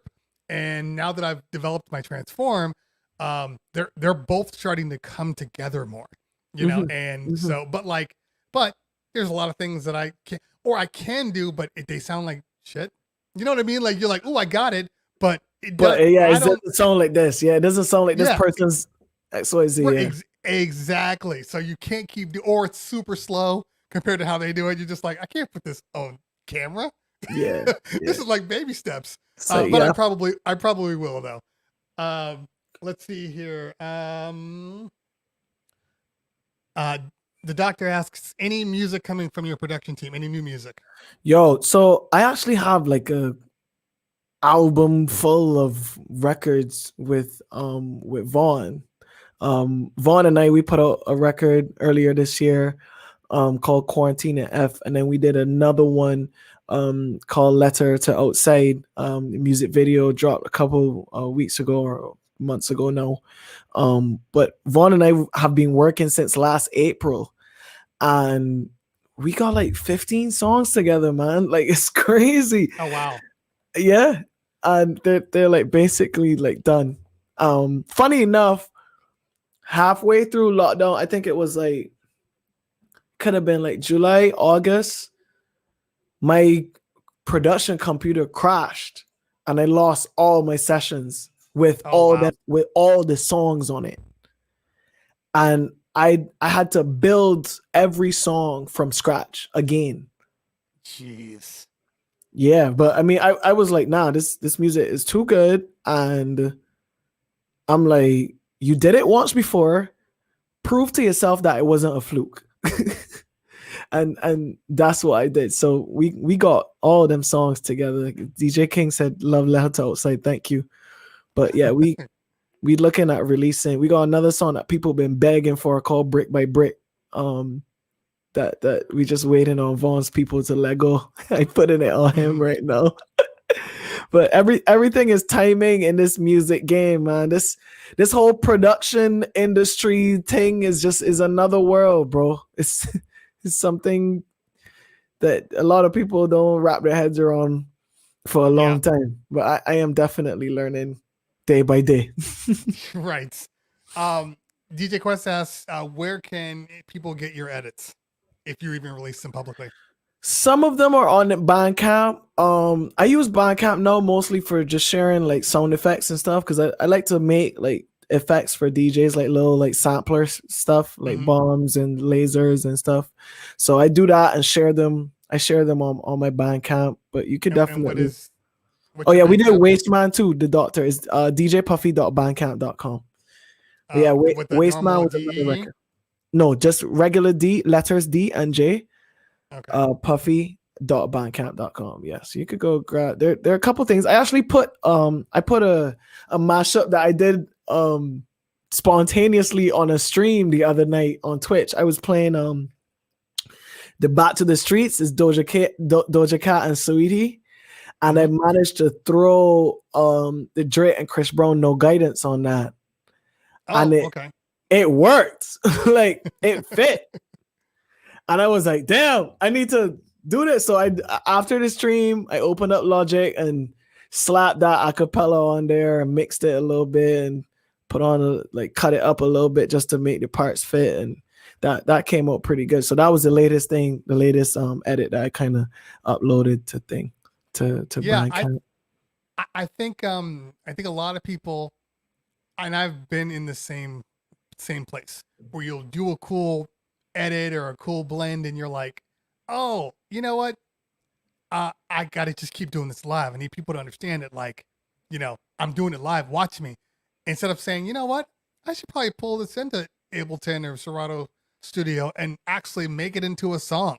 And then put the transitions in. Like, I think a lot of people get in their heads that no, that's not DJing. If you put the songs together before you're DJing, but I think it's okay. You don't do it the whole time. Yeah. You know what I mean? But still. So I get that. I mean, and you could do, like, I could do both. Like, if I go somewhere and I catch a vibe and I feel like doing it live, then I'm gonna do it live. If I don't, then I'm gonna just play this. It's time and place still, right? Right. Very, very true. Very true. Unique Vibe says, at what point does a DJ need a manager? And can you navigate high levels without one? I do have friends who navigate at high levels without a manager, but sometimes I don't really want to talk down on the community, but when you're dealing with certain characters, sometimes you need somebody to do right, to be the bad guy, you know what I mean? Because everybody not gonna come and say, okay, well, cool, that's your price, fine, I'm gonna pay that. There gonna be a couple people coming and saying, well, so and so, that's my boy, could can you give me a little XYZ off, or you know what I mean, give me a little discount on this. I mean, come on, man. Right. Like, if you respect what I do, just pay the price. You don't go into the supermarket and just because your friend working the cashier, you ask them for a discount on a can of Red Bull. You know what I mean? Like, come on, my G. They don't get staff discount on Chipotle if your boy works over the counter. Like, so you need somebody to be like, to represent you and to do that and make sure that you're being treated fairly and with respect and you get what you're worth. Yeah. So that makes sense. I would say you could do it at any level. I had that representation when I even just started. And here in Barbados, because I mean, I've had one manager for my whole life, my whole DJ career, sorry. But when we just started doing that here in Barbados, people were like, well, yo, who this young guy feel he is? I gotta send an email to book him. Cause that was unheard of. People hit you up, yo, what's your WhatsApp? I want you to play at my thing next week. Right. and you're like, yo, well, can you send an email with the details to XYZ? And they're like, email? Why I gonna send it? Why I gonna, so I just can't call you and but you? If I call you, you're not gonna come? And I'm like, fam, like, if you tell me in an email, XYZ, blah, blah, blah, this is what's happening, and I agree to that, and I show up, and what we agreed on isn't there, by law, because I did business law at school too, so you can't tell me. By law, I can say, yo, I'm not playing though. Yes, exactly. Yeah. But if you call me on the phone and Lord, like, and things escalate and we go to court, it's my word against yours, Mm-hmm. If people don't realize, get a contract. Yeah, and an email thread, it could be a legally binding contract. You know what I mean? So that's in the legislation in many countries. So it's important to know your stuff. Let's see. Kasami says, it's Trevor from UG. Have you considered using any controller? But I know you have in one of your coming videos. But you've actually shown a lot of your radio mixes. You're using a DDJ 1000, right? No, on the radio we actually use the CDJs and the S9. But for a lot like boat rides here in Barbados, like the 1000 is actually behind me under that little thing there. I believe in that in that controller, man. That's super dope. And I was blessed with the opportunity to do one of the routine videos for Serato on the DDJ 1000, and that's my go-to controller if I have to use a controller. I love that. Love that. It is the truest representation of CDJs and the 900 mixer So have you in a controller. Have you used the Rain 1 yet? No, I haven't. Well, I guess the question would be, have you used 12s? And what do you think about those? I tried the 12s at NAM that year too. Okay. I tried them out. They were pretty jiggy, man. They were cool. Yeah. They definitely have their place. Especially if you're not a needles guy, and and maybe phase, or you weren't a record guy. I guess the question, like, you don't have any records chilling on the side of your thing here. Then maybe the 12s are a better choice for some people, but I like them. I like them. They have their moments of glitchiness that you have to work around, but yeah. but with the MK2s being able to go analog with out of the RCAs, it kind of corrected all that. Word. So I do like the MK2s, and I like the Rain 1. I just wish it had onboard effects. Like, that bothers me that there's no onboard effects. I'm a big onboard guy, especially if I'm paying a certain amount of money. Funky Breaks just said, I just canceled my Rain 1 order and replace it with a DDJ 1000. well, you know what? To be fair to Rain, I think a lot of their issues are self-induced, because they came out with a product that people were interested in, put in their pre-orders, and they're backed up for like months. Word. So people are like, well, I don't really want to wait that long. There's a 1000 right there. I know it's good. Let me just get it. So I think that's the biggest deal. Like, when the S11 came out and the S7, when they came out, there was stock. There was product to be purchased. You could order one and get it. And get it one time. Yeah. Yeah. But if you order, like, I'm a big camera guy, right? So, and by the way, what are you using? Are you Sony? So yeah, I'm Sony here. So this is this is nothing. This is not a I ain't that crazy on the thing. That's James's job to have Gotcha. that. But this is the RX 100. Okay, which is a good camera. Amazing camera. I love it for what it does. So I originally started my whole progress using Panasonic. So I had a G7, and G7, it was good, but I was like, I need something with image stabilization. I want to do more, and so at the time, the A7 III came out, and the A7 III was like the godsend. People were like, this is the best camera ever made, blah, blah, blah, right? So I was like, but I was doing vlogs, so I was like, yeah, but it has no flip out screen. Yeah, you That's can't kind of a big deal. Yeah. So, but I put the order in. And I was like, you know what? People say it's good. I'm going to buy it. I haven't really bought too many lenses and cameras on my G7, so this is the time. Okay. Yeah. So put my order in, delayed, like for like a month and a half, right? And I was on the fence between the G9, which is like the GH5, but the photography version. I was on the fence with that, and then I ended up saying, you know what? I got Lumix lenses. I might as well stick with that, and I canceled my A7 order. If that product was there and it had shipped to me, I don't think I'd be having this conversation. Yeah. You know? So I think that Rain is shooting itself in the foot. Like, all their products are they're just delayed, or they're just on back order. And people, if there's something new is coming out and they want to impulse buy, you better have product to impulse buy. You better be ready. Yeah. So I think that's their biggest issue. Let's see. Let me see if my man Real DJ Yoshi's bragging right now. Yeah. Oh, A7 III in Zeiss lens is what they use on the football. Yeah, you can see that. It's there with the depth of field I was looking at. They must have been shooting with like a 1.4. It's serious high depth of field. So, crazy. But anyway, yeah. By the way, do you watch American football? Yes, yes. But okay, you do. I fell off though, so like Super Bowl for me was just like whatever, It was just gotcha. Like, it's happening. Cool. Yeah, it was whatever anyway, because it just wasn't that good of a game. Word. Okay, let me see if there's any more questions. We'll take it to one. because you've been on for a while and I appreciate you. Well, if anything, we'll bring you back and go into another Q&A versus, keeping you until Yeah, 12 cool. a.m. Let's see here. Ricky Music says, would you consider coming to South Africa in the future for a show? I think that's probably an easy question.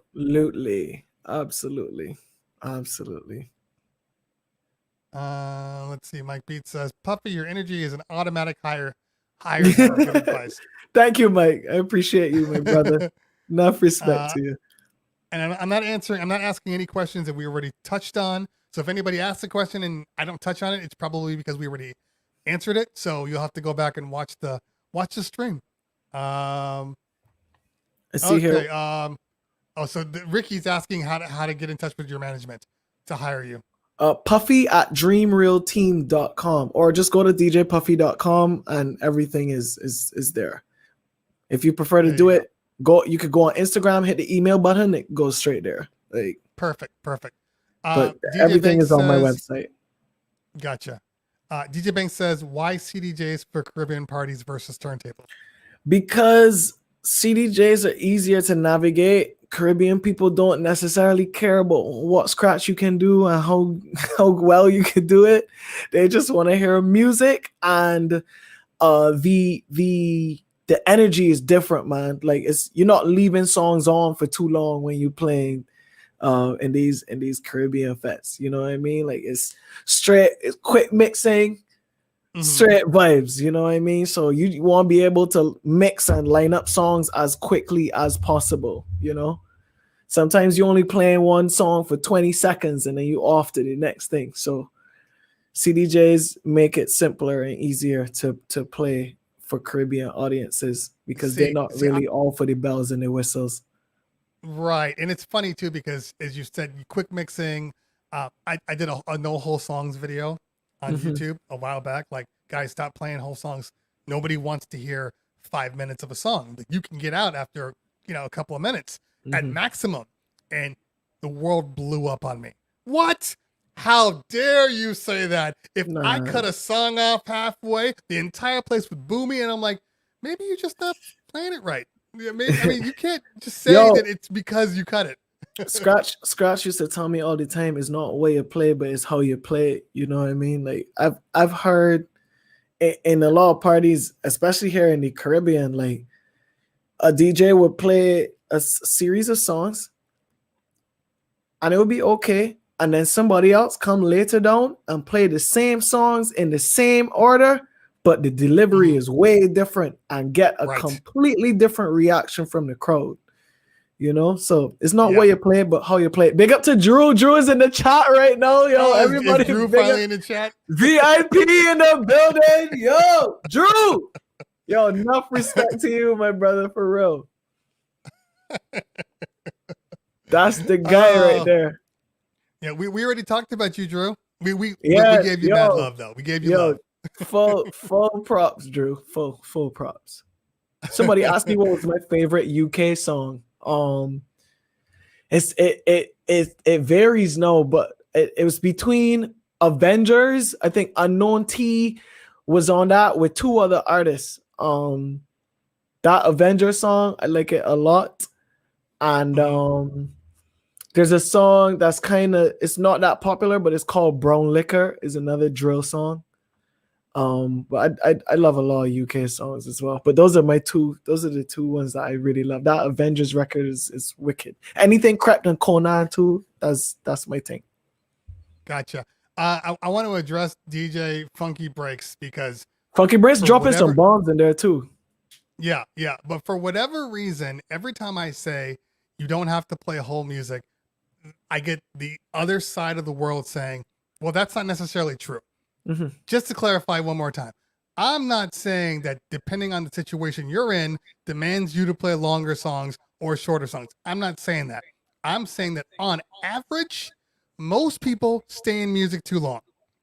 If your situation requires you to play longer, then do it. I'm not telling you what to do. I'm just saying that a lot of people just in general will play songs too long for whatever reason. Not that they have to. They just choose to.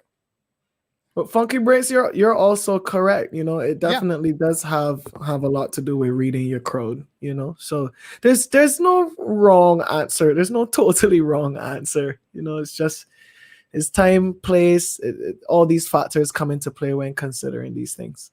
Yeah, but you got to do what's best for you.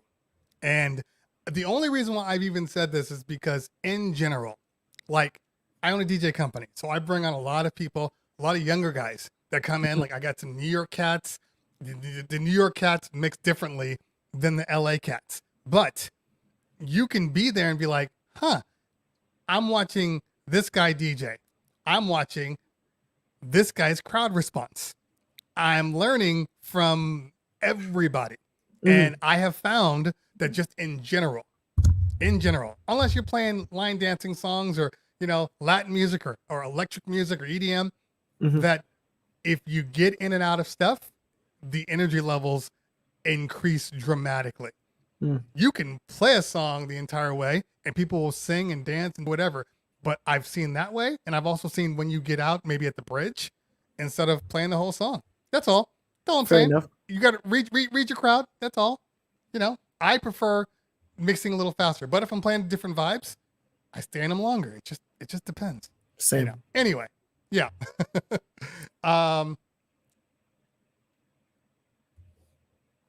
Yeah. And another thing about DJing that people, for some reason, I guess don't think about, there's a lot of tracks out there that the only reason why you're playing a whole song is because the third verse is the best part of the song. Yeah. So why play the whole song? Why not just do edit? Yeah, just edit. Play the hook, play the third verse, hook, you're out. I mean, that's all I'm saying. All right, let's see if we have any more questions out there. Nobody's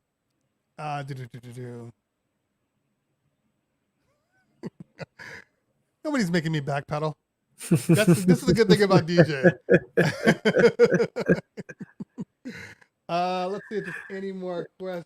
Uncle Pete finally going into the office. Let me see. We got him. Yeah, Drew, what's up?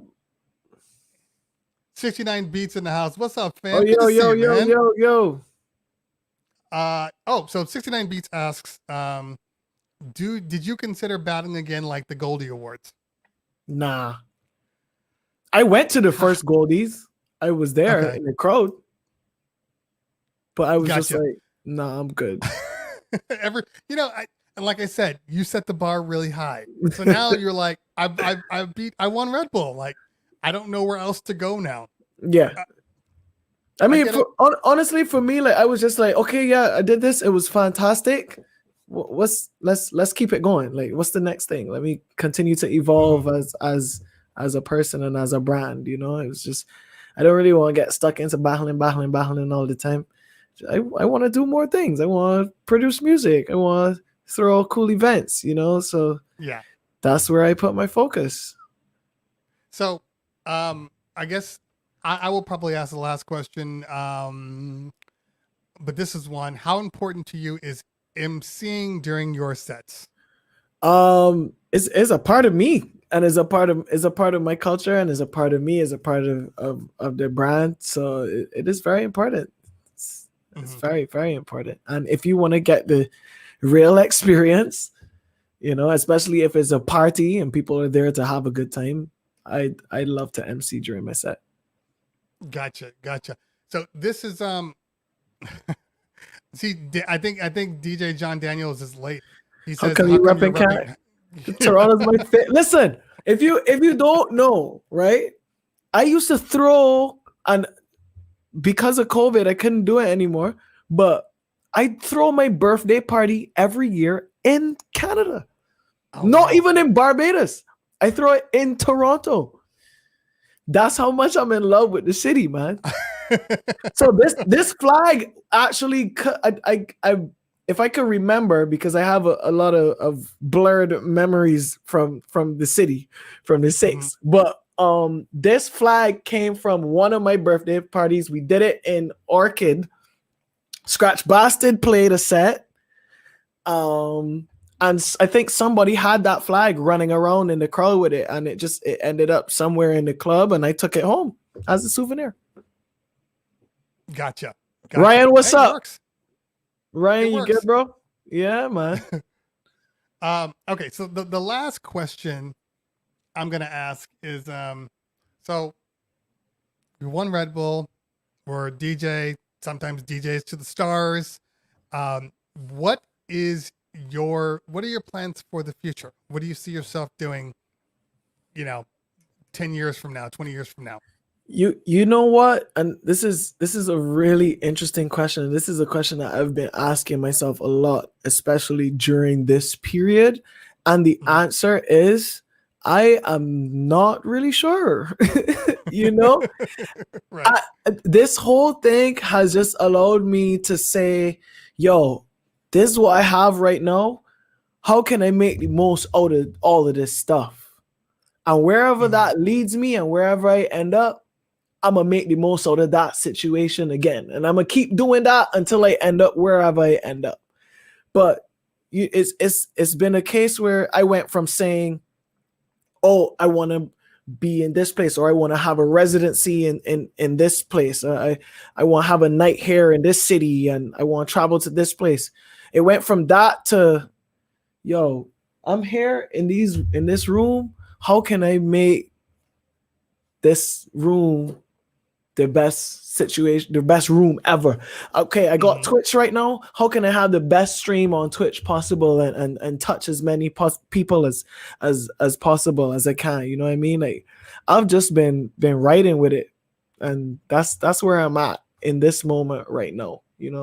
I don't have like any crazy goals or aspirations, or I want to produce for this person. Like I would love to, and if the opportunity comes, I'm gonna do it. Yeah, but I'm not crazy with it right now, man. Yeah, no, I get that. I'm just here for the ride. Well, and I think a lot of people are like you. We're in this quarantine, and you're kind of at a standstill. So it's a little hard to say, well, this is what I want to do. First off, it's like let's just get out of quarantine. Let's just get out of here. Yeah. But you can't wait. You can't just wait. You know what I mean? Because then you're wasting valuable time. Like, yes, I've been able to become healthier during this period. I'm going to the gym 2-3 times a week. No, like I'm eating. I saw the arms looking a little buff lately. Well, thank you, man. Thank you. Yeah, I got a personal trainer now. It's incredible. Like this is all stuff that I was never able to do before. And as a result of exercising more, I'm now thinking clearer. My ideas are coming to me quicker. I'm able to execute certain creative things better. It's a long list of a lot of things that we're able to evolve during this period. But we just here for the ride. And if I evolve into a Charizard after this, then I'm gonna do Charizard things. Fair enough. Ladies and gentlemen in the chat, I need you to throw out some love for my man Puffy. This was such a good one. Yeah, man, I really love this one. Thank you for coming on. Honestly, it's you never know what you're gonna. I say this on every interview. You never know what you're gonna get, and sometimes it just works. So I appreciate you for hanging out today. I definitely want to get you back on. Man. Yeah, so I'll text you when it's time, because I think I like to try to do international a lot because the perspectives are different. Yeah, and absolutely. I think it helps kind of everybody get a little different view on life, because we all have our bubbles. So operating outside of it, it's clear. So everybody throw those emotes in the chat. If you have thank you. If you have Puffy's emotes, throw those in there. If you have mine, throw those in there. I'm actually working on my emote game. What I'm trying to do with my emotes is I'm trying to highlight artists from Barbados, from the country.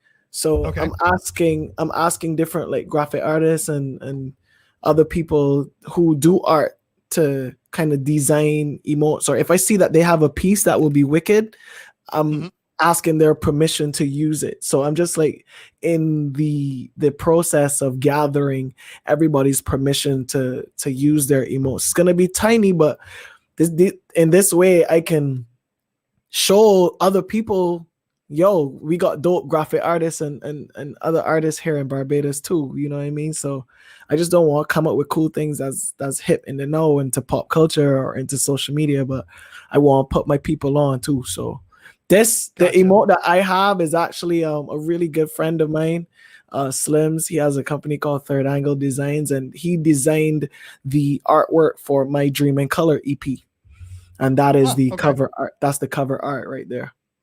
Gotcha. So yeah. Well, dope. I mean, I make sure you watch his streams, because they're fun. They're fun, exactly, and it's rare that you can hear basically all music incorporated into one mix, and I think that's what's cool about what you do. You know, you are truly an open format DJ. But people ask in the chat if there is anything that you just kind of fall back on, like what's your favorite style of music, if you have any. I listen to hip hop all day in the car. So okay, gotcha. Yeah, I'm a hip hop head. I listen to hip hop straight through. Gotcha, but yeah, man, gotcha. Looking forward to seeing y'all in one of the streams. Yeah, definitely. And make sure you follow DJ Puffy. DJ Puffy is the same on both IG and Twitch and Twitter also. All the same. DJ Puffy spelled out. So make sure you guys are following him. You're always in for a treat when you watch him. And honestly, my pleasure, man. Thank you for being on here today. Appreciate you. To you, Cleveland Terry. Thank you so much, man. This was a real vibe in this conversation. Yeah, definitely fun. You're one of the only people to dig so far back to pull up that video from God. No, I think we were in Antigua or St. Lucia that time. But nah, this I thoroughly enjoy. I think I enjoyed this interview a little bit more than you did, but I really did.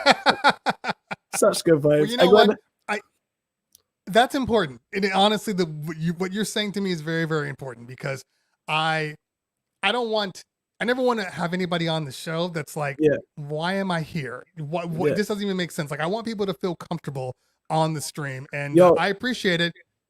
For those who don't know, during when he was showing, when I was opening for Buju in the dancehall segment, I actually ran to the bathroom and came back real quick. I was like, I need to use the bathroom, but I'm coming back. Yeah. No, and that's a lot. Live video will do that. Sometimes you got to do things you don't want to do. Appreciate it. Appreciate you, man. Honestly, no, that's how much I enjoyed this. Thank you so much. Thank you. You're very welcome. Everybody watching. Thank you. So when I call in my favor, like, hey man, I just asked Jazzy Jeff to be on the show. I need you to put in a good word for me.